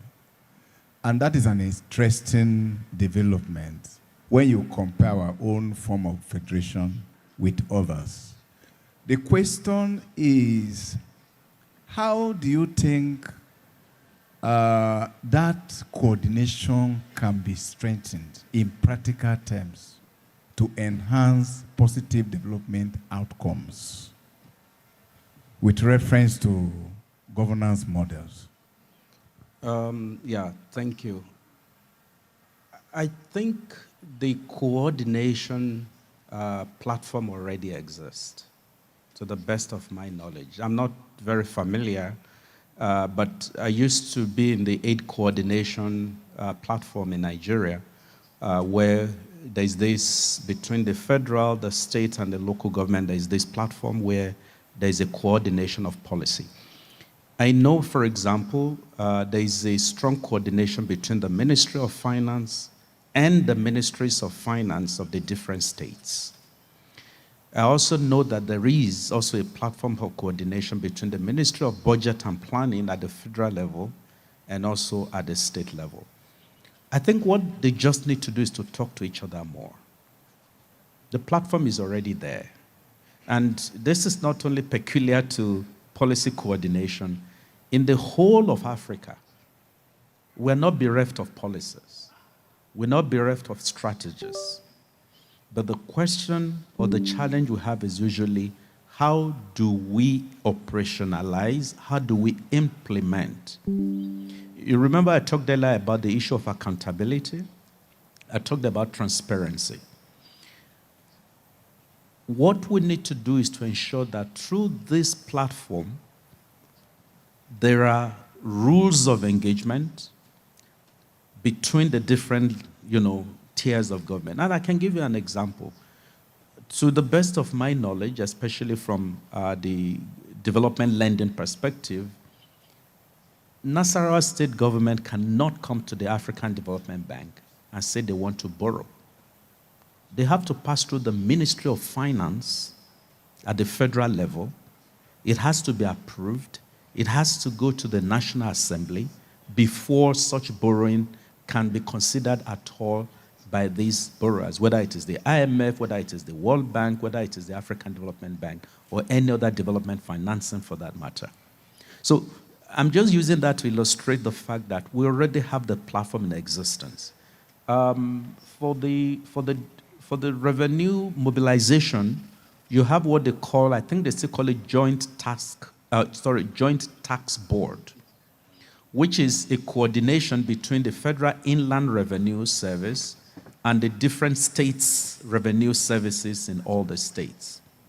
So the point is just to what extent do we use this platform? And again, like I said, if powers are not centralized where one arm of government can bully their way through or bulldoze their way through, if there is proper recognition of the authorities and at the different levels, and we respect that, I think it will be a lot easier to get things done. So platforms exist, but do we make use of it? How can we make better use of it? How do we strengthen the capacity of those institutions that are responsible to ensure that those things that need to be done are done and are done on time? I think that is what is really needed. Okay. And for us, maybe I should just mention one thing. At the African Development Bank, we try to support this coordination. Like I said, at the local level here, the country office supports the ministry, and even at state level, all the lending, some of the projects that are taking place at the state level, lending to those states pass through the federal level in the first place. And we ensure that the headroom for lending in the entire country, not just only in the states, are properly channeled and coordinated. And for debt sustainability, for example, which is a major governance issue, not only in Nigeria, but in all African countries, we ensure that we do not support only at the national level. We also go to the state level to support institutions. So supporting such institutions at both central and subnational levels help to ensure that that proper coordination takes place. Thank you very, very much. At this juncture, I want to turn our attention to the floor, the audience, so that you can participate in this discussion. So if you have a question to ask or comment, please, you have the floor. We'll take about 4. So make your comment and question very snappy so that we can accommodate that 4.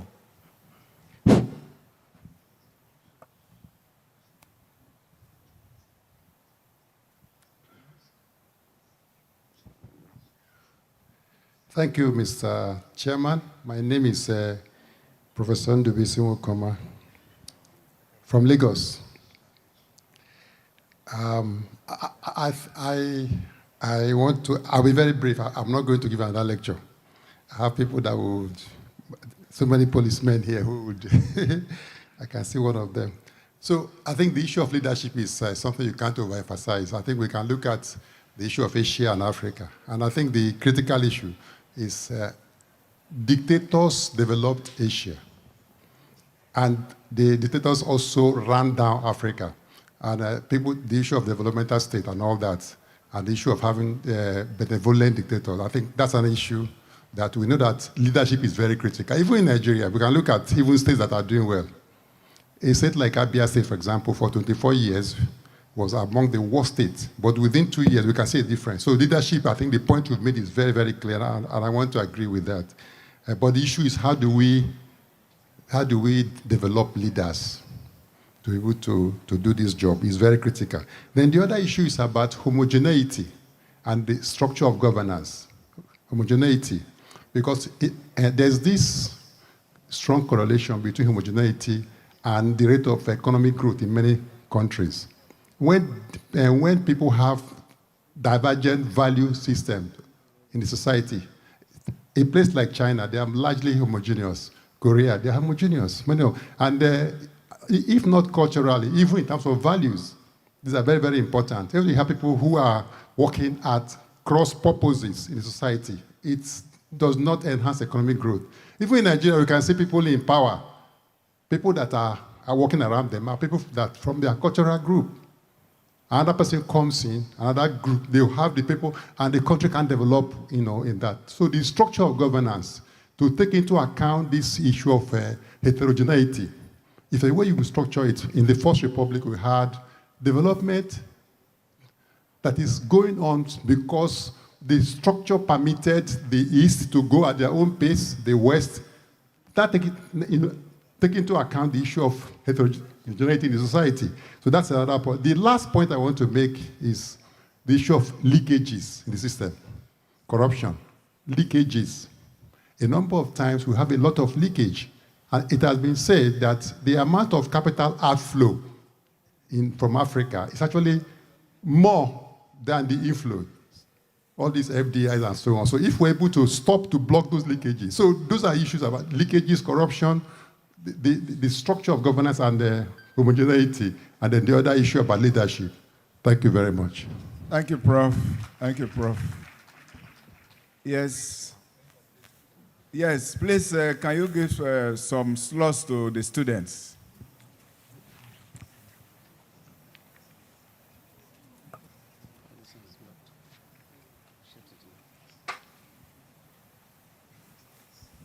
Thank you. Standing on the existing protocol.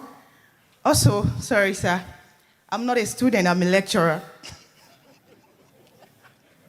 But I'm still a student anyway. Thank you. My name is A.F. Ayeni. I'm from Nigerian Defense Academy. Sir, when you were talking of free trade and international trade, you said for people to come and trade, we need to address inflation. And as a monetarist economy, one of the ways to address inflation is by increasing interest rate to address inflation. When the Minister of Finance was talking the other time, he made mention that inflation rate is very high, but still, it was talking of interest rate is high, but still our inflation rate is still high. So what do you think we can do? What policy can we put in place to reduce inflation and to make free trade agreement work in our country or our continent? Thank you. Okay, next person. We'll take the floor before the response. Yes, we have two more. So students, we need a student. Are you a student? A student lecturer, okay. Thank you. Thank you. My name is Anthony Bisson. I'm a PhD student, Federal University of Lafayette, and also a research associate with the Study for the Economies of Africa, CC. Please, I want to ask with regards the AFCFTA, because I think that's an area of interest. Sir, Prof, when you were speaking, I know you talked about issues of government being ready. I think there was a gap assessment, of which is still ongoing, conducted by the Center for the Study of the Economies of Africa. And then I can tell you for free, Prof, that in real terms, our institutions are not ready. We did an institutional assessment because they are fragmented. We have, in Nigeria particularly, a fragmented system, especially for the protocol on trade and services. For instance, there is no harmonized trade policy, let's say transport policy in Nigeria, and one of the sectors liberalized under the AFCFTA, the protocol on trade and services, is transport services. So they really don't have a policy in existence. And then for Nigerian trade policy itself is still hanging. I remember the last DG of the Nigerian Office for Trade Negotiation, Professor Aga, he was with WTO. He was still struggling to set that out, but we still don't have a national trade policy. How prepared are we then to trade within ourselves, Africa? And then secondly, issue of trade policy harmonization. If you look at the commitment schedule for different countries, ECOWAS particularly, I don't know if there's anyone that works in ECOWAS here, is fragmented. Fragmented in the sense that countries are submitting... Can round up your question. Okay, sorry. Okay, then I want to ask, if countries are still going ahead to submit their schedule of commitment under the AFCFTA individually, then what is the role of regional economic communities, which from, I think, inception, were said to be the building blocks of the AFCFTA? Thank you. Thank you. The last person. All right, thank you. Please write your questions and submit. Okay. Thank you. I'm Oluchi Chibuzo. My question is, In a country with weakened institutions like anti-corruption agencies, judiciaries, and electoral system, what can be the solution? What can we use to drive reform and implementation? Thank you. Okay, so so sorry for want of time. You know, this clock is staring at my face as if I'm the one that is the target. You know, so we will allow our panelists to respond, and then they will give their closing remarks. Yeah, go ahead. Thank you very much. I thank you for the questions. Let me make a correction. I didn't say that for trade we need to reduce inflation and so on. Maybe I can put it like a frame that you will understand.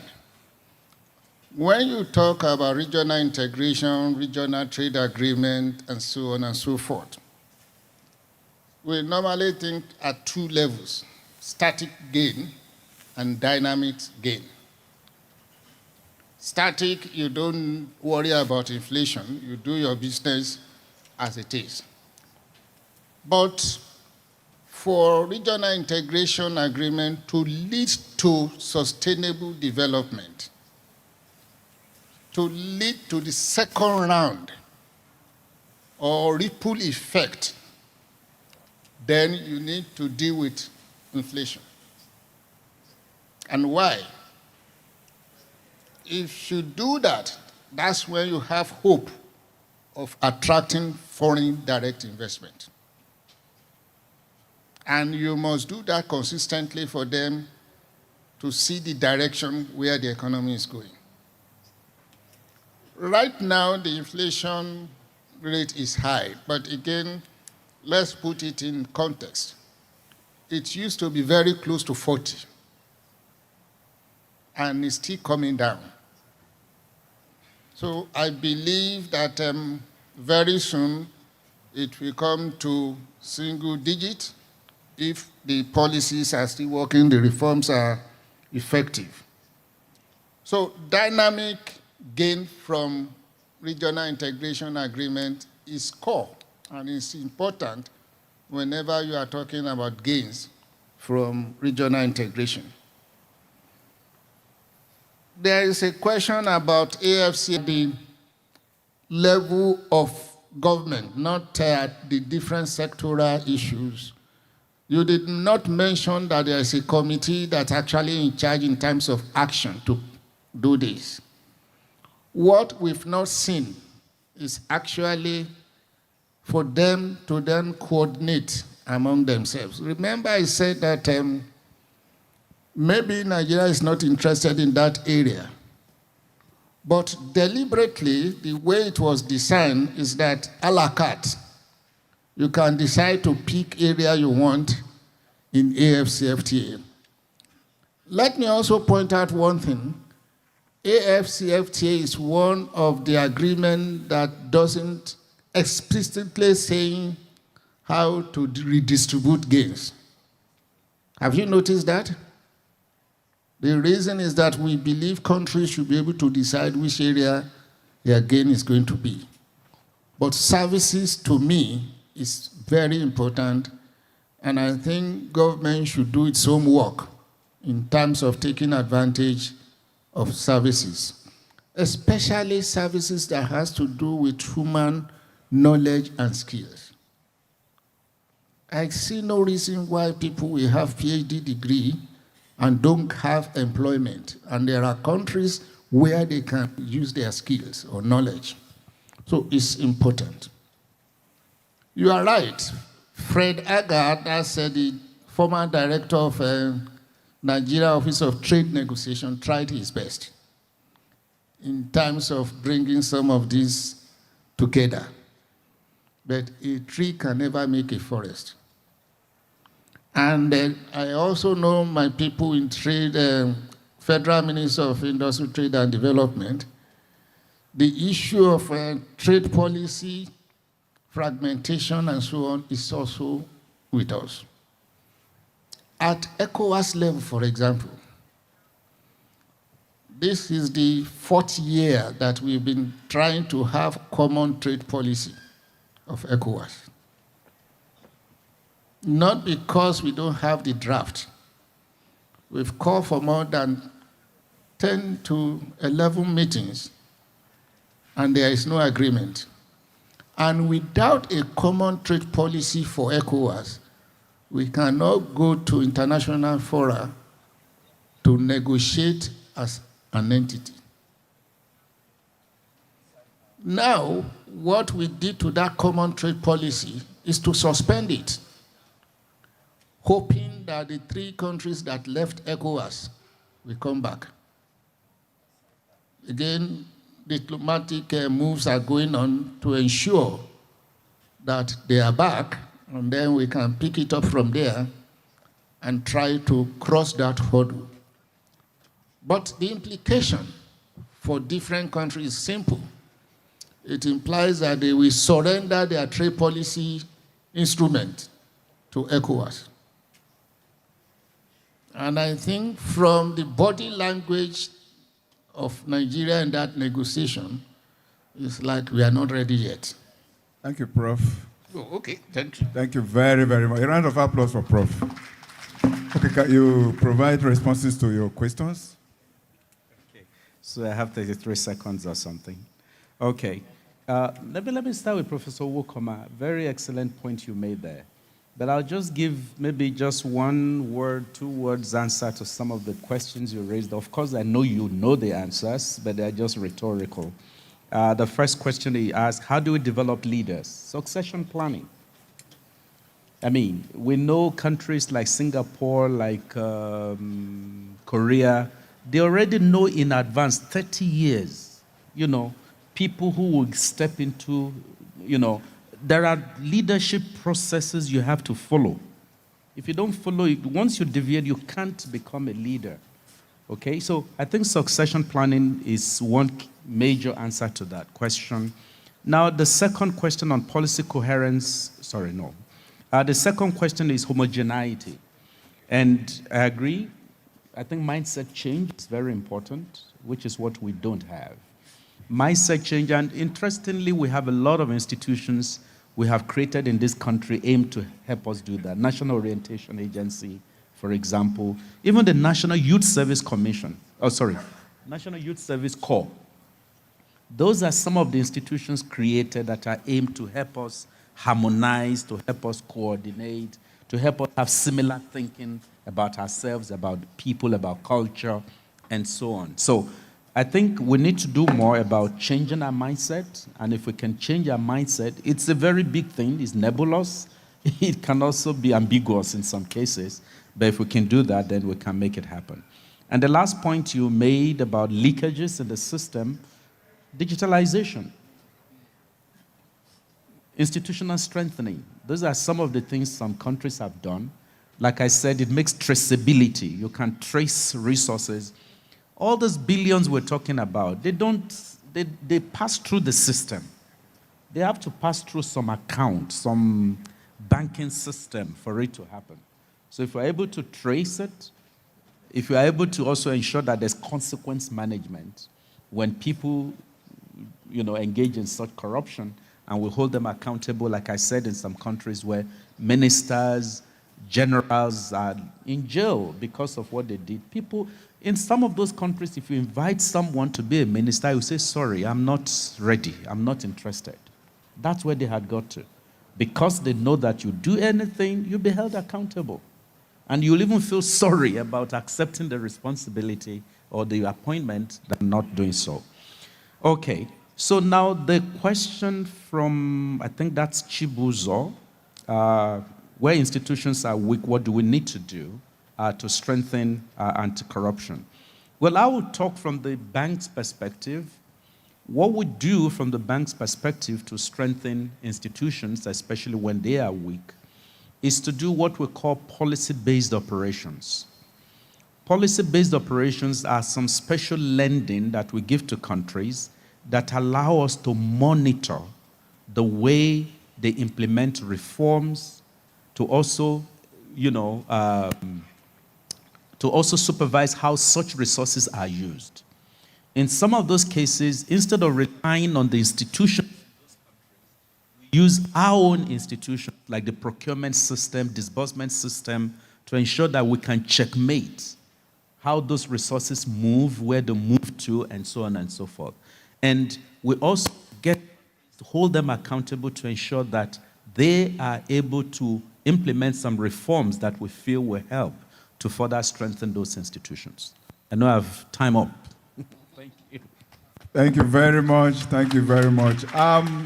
We need to round up because the guy there is giving me a red card, and we have to round up. I want to thank the panelists, Prof. and Dr. Ogunleye, so much. Another round of applause for them. And also the audience for your cooperation and very, very fantastic contribution.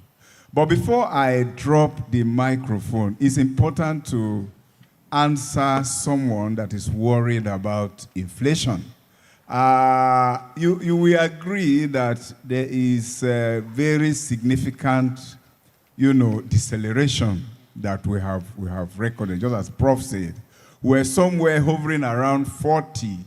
And today we are, around 22. So that shows some improvement. We are on a disinflationary path. And I tell you, the outlook is good. It's good. It's good because one of the major drivers of inflation is exchange rate instability. And you can see the relative stability we have achieved over time. And so many other factors are pointing in the positive direction. So we are going to record further disinflation, and that should be able to address some other issues that we have. We know that our own disinflationary part is somehow, sticky compared to our neighbors, Ghana, Sierra Leone, and the rest of them. But the bank is working so hard to ensure that we return to the single-digit inflation. Moreover, the transition to inflation targeting is something that the bank is working so much hard to achieve, and that will be able to hold both the fiscal and the monetary policies accountable, and that will be able to help us to have a good control on inflation. Somebody asked if this is not a talk shop as ever before. But it all depends on how you go away from here, what you take from here. For me, we have policy managers here that can shape the direction of policy, and they are listening to what we are saying. We have, academicians here whose takeaway, I believe a number of us have taken certain areas that should form the priority of our applied research, which we need. Research that, should be able to connect policy, which we need so much. And I think this is where Nigeria Economic Society is very, very relevant. For students, it's also provide opportunity for areas where you can prioritize your research too, and your projects, and so on and so forth. So in all this, we are leaders in our little corner. And if we do what we are supposed to do, I am sure Nigeria will be better for it. On behalf of my Deputy Governor of Economic Policy, I would like to thank the President and ESCO for giving us the floor to chair this session. Thank you very much, and have a nice evening.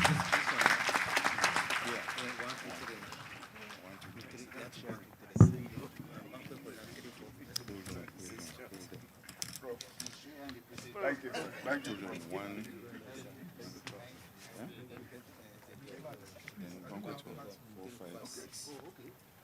Then can we do our meeting?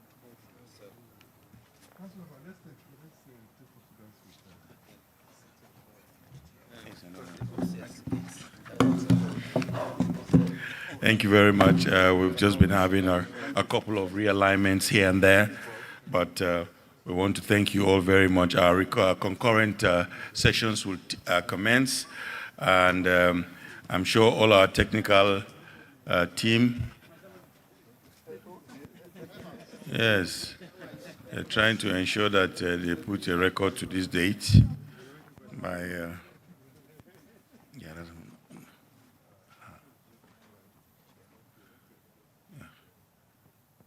So let's register the presence. Thank you very much. Thank you so much. Photographers, are we okay? Thank you very much. Just for information, I have not gotten the final yes, whether our lunch is ready or not, but I'll give that to you. We need to go for lunch, but our concurrent sessions, concurrent session room 1, room 2, and room 3 will take place here in this auditorium. Concurrent sessions room 1, 2, and 3 is taking place here. At the banquet hall, we have room 4, 5, and 6. We have boardroom will take 7, and upstairs will take 8. So upstairs 8, boardroom 7, banquet 4, 5, and 6. So please let us do that. I think we could reconvene in the various sessions and have our technical meetings.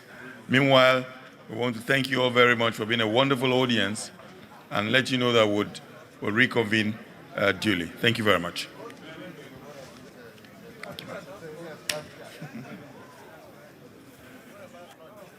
We're going for lunch.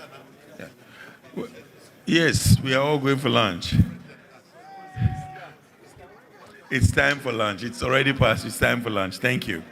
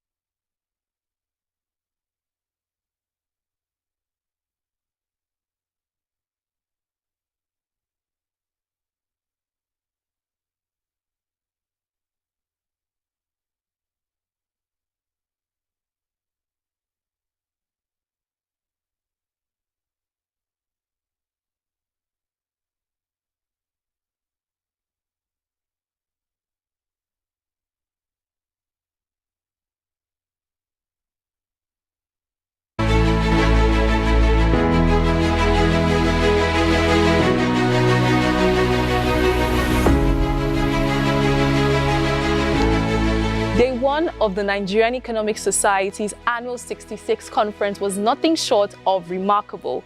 We kicked off with live concurrent sessions that set the tone for intellectual engagement, followed by a welcome address that reminded us the vital roles that economists play in the development of Africa's economy, not to mention the much anticipated keynote speech by Bismarck J. Rewan, who emphasized that development in Africa will come with not just policies, but bold vision and action. But at the heart of the day's proceedings, we had the induction and the fellowship awards, where we celebrated excellence, from distinguished public service and corporate awards to inductions and recognitions of lifetime achievers and the fellows, all whose works and services have stood the test of time and continued economic discourse across the continent. As the sun sets on day 1, the stage is rolled out for day 2, with the ground opening by the Vice President of the Federal Republic of Nigeria, His Excellency Senator Kashim Shettima, followed with fireside chats and plenary sessions that promise to be thought-provoking. This is NES 66, and we're just getting started.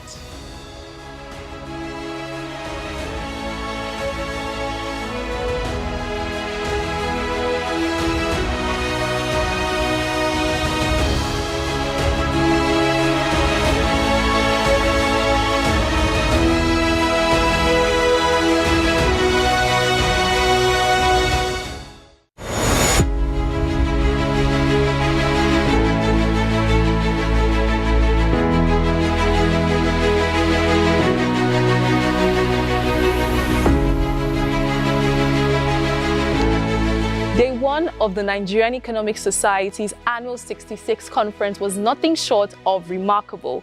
We kicked off with live concurrent sessions that set the tone for intellectual engagement, followed by a welcome address that reminded us the vital roles that economists play in the development of Africa's economy, not to mention the much anticipated keynote speech by Bismarck J. Rewan, who emphasized that development in Africa will come with not just policies, but bold vision and action.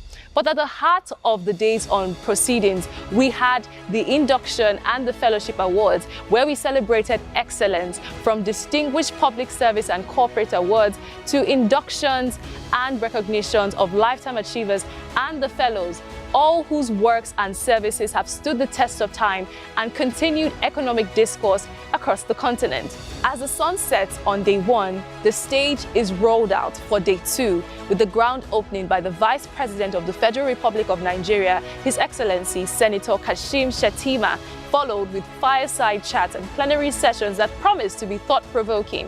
This is NES 66, and we're just getting started.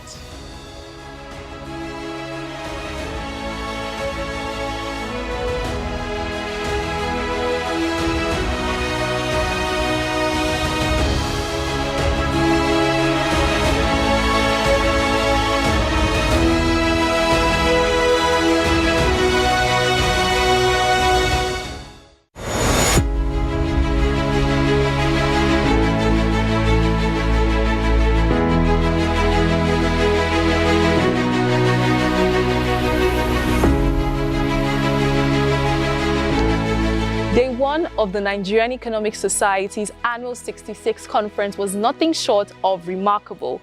We kicked off with live concurrent sessions that set the tone for intellectual engagement, followed by a welcome address that reminded us the vital roles that economists play in the development of Africa's economy, not to mention the much anticipated keynote speech by Bismarck J. Rewan, who emphasized that development in Africa will come with not just policies, but bold vision and action. But at the heart of the day's proceedings, we had the induction and the fellowship awards, where we celebrated excellence, from distinguished public service and corporate awards to inductions and recognitions of lifetime achievers and the fellows, all whose works and services have stood the test of time and continued economic discourse across the continent.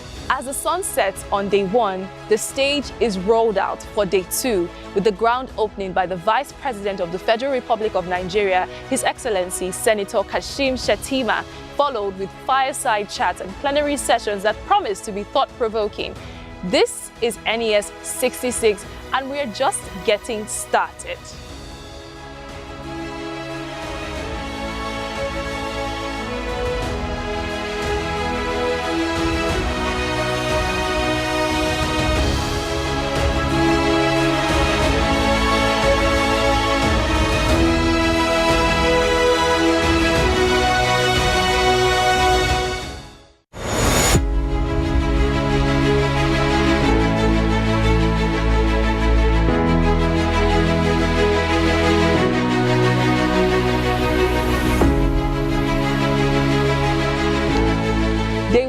of the Nigerian Economic Society's annual 66 conference was nothing short of remarkable.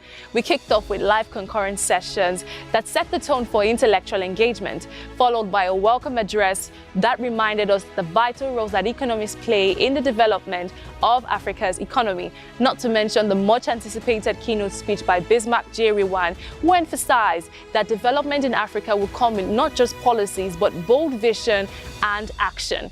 But at the heart of the day's proceedings, we had the induction and the fellowship awards, where we celebrated excellence, from distinguished public service and corporate awards to inductions and recognitions of lifetime achievers and the fellows, all whose works and services have stood the test of time and continued economic discourse across the continent. As the sun sets on day one, the stage is rolled out for day two, with the ground opening by the Vice President of the Federal Republic of Nigeria, His Excellency Senator Kashim Shettima, followed with fireside chats and plenary sessions that promise to be thought-provoking. This is NES 66, and we're just getting started.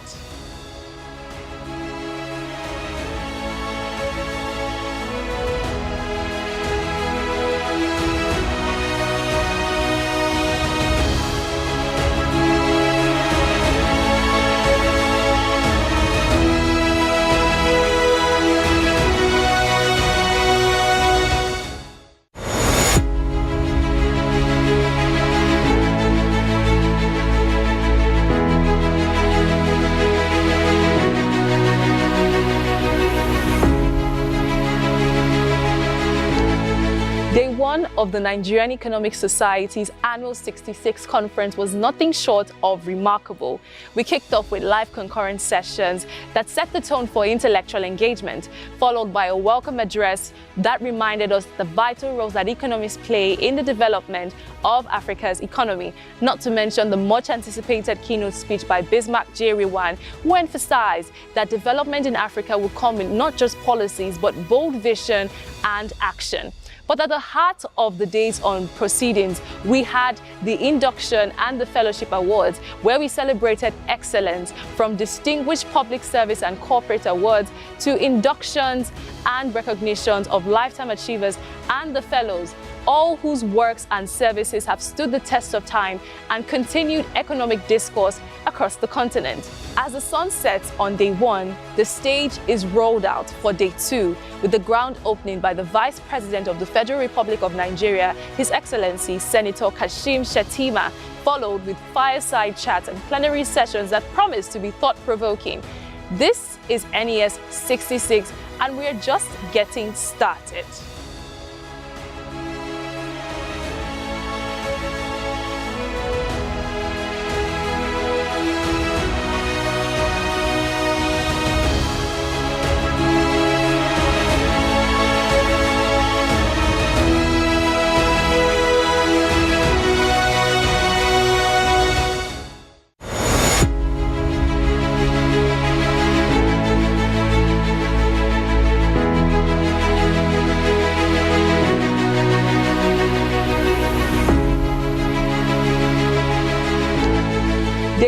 Of the Nigerian Economic Society's annual 66 conference was nothing short of remarkable. We kicked off with live concurrent sessions that set the tone for intellectual engagement, followed by a welcome address that reminded us the vital roles that economists play in the development of Africa's economy, not to mention the much anticipated keynote speech by Bismarck J. Rewan, who emphasized that development in Africa will come with not just policies but bold vision and action. But at the heart of the day's proceedings, we had the induction and the fellowship awards, where we celebrated excellence, from distinguished public service and corporate awards to inductions and recognitions of lifetime achievers and the fellows, all whose works and services have stood the test of time and continued economic discourse across the continent. As the sun sets on day one, the stage is rolled out for day two, with the ground opening by the Vice President of the Federal Republic of Nigeria, His Excellency Senator Kashim Shettima, followed with fireside chats and plenary sessions that promise to be thought-provoking. This is NES 66, and we're just getting started.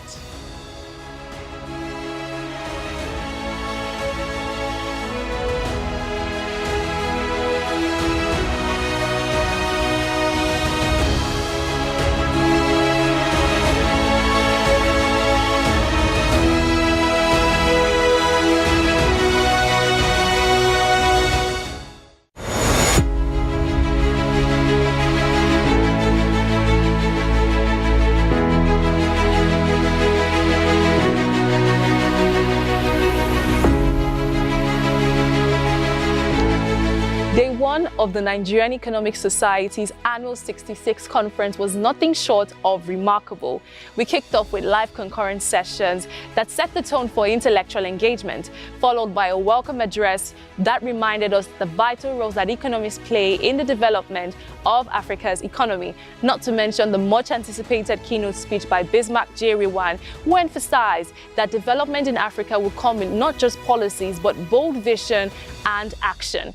But at the heart of the day's proceedings, we had the induction and the fellowship awards, where we celebrated excellence, from distinguished public service and corporate awards to inductions and recognitions of lifetime achievers and the fellows, all whose works and services have stood the test of time and continued economic discourse across the continent. As the sun sets on day 1, the stage is rolled out for day 2, with the ground opening by the Vice President of the Federal Republic of Nigeria, His Excellency Senator Kashim Shettima, followed with fireside chats and plenary sessions that promise to be thought-provoking. This is NES 66, and we're just getting started.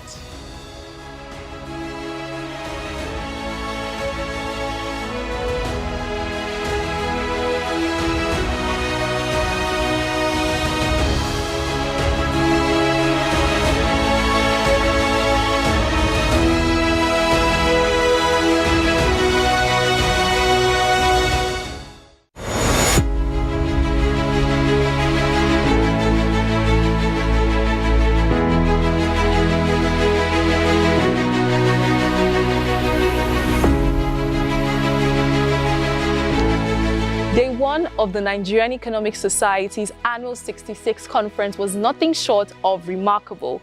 We kicked off with live concurrent sessions that set the tone for intellectual engagement, followed by a welcome address that reminded us the vital roles that economists play in the development of Africa's economy, not to mention the much anticipated keynote speech by Bismarck J. Rewan, who emphasized that development in Africa will come with not just policies, but bold vision and action.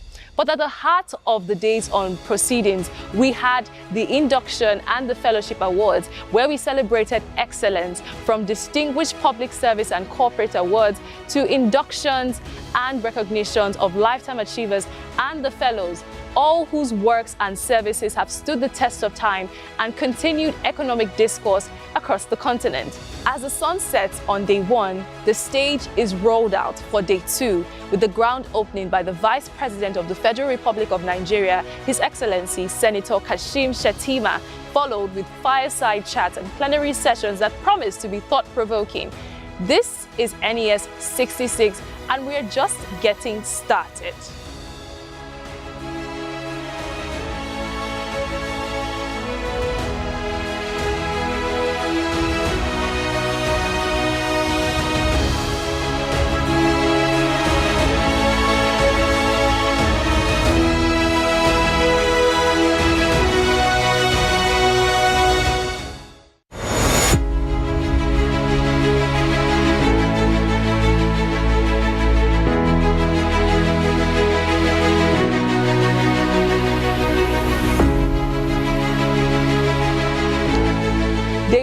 Of the Nigerian Economic Society's annual 66th conference was nothing short of remarkable.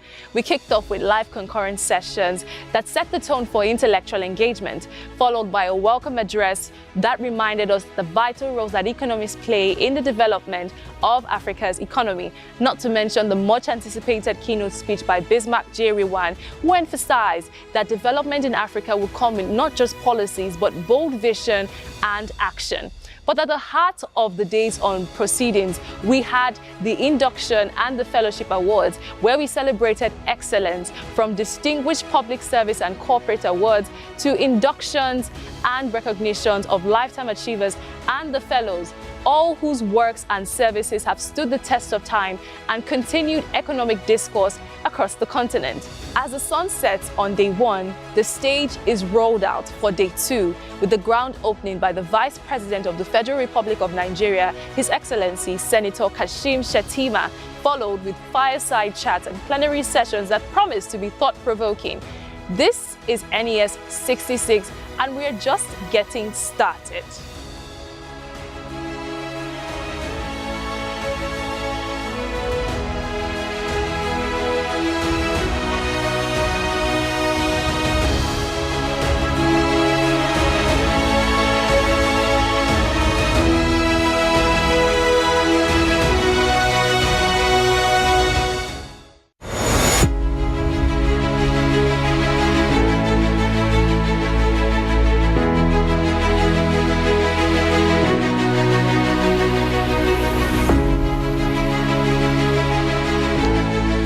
one of the Nigerian Economic Society's annual 66th conference was nothing short of remarkable. We kicked off with live concurrent sessions that set the tone for intellectual engagement, followed by a welcome address that reminded us the vital roles that economists play in the development of Africa's economy, not to mention the much anticipated keynote speech by Bismarck J. Rewan, who emphasized that development in Africa will come with not just policies, but bold vision and action.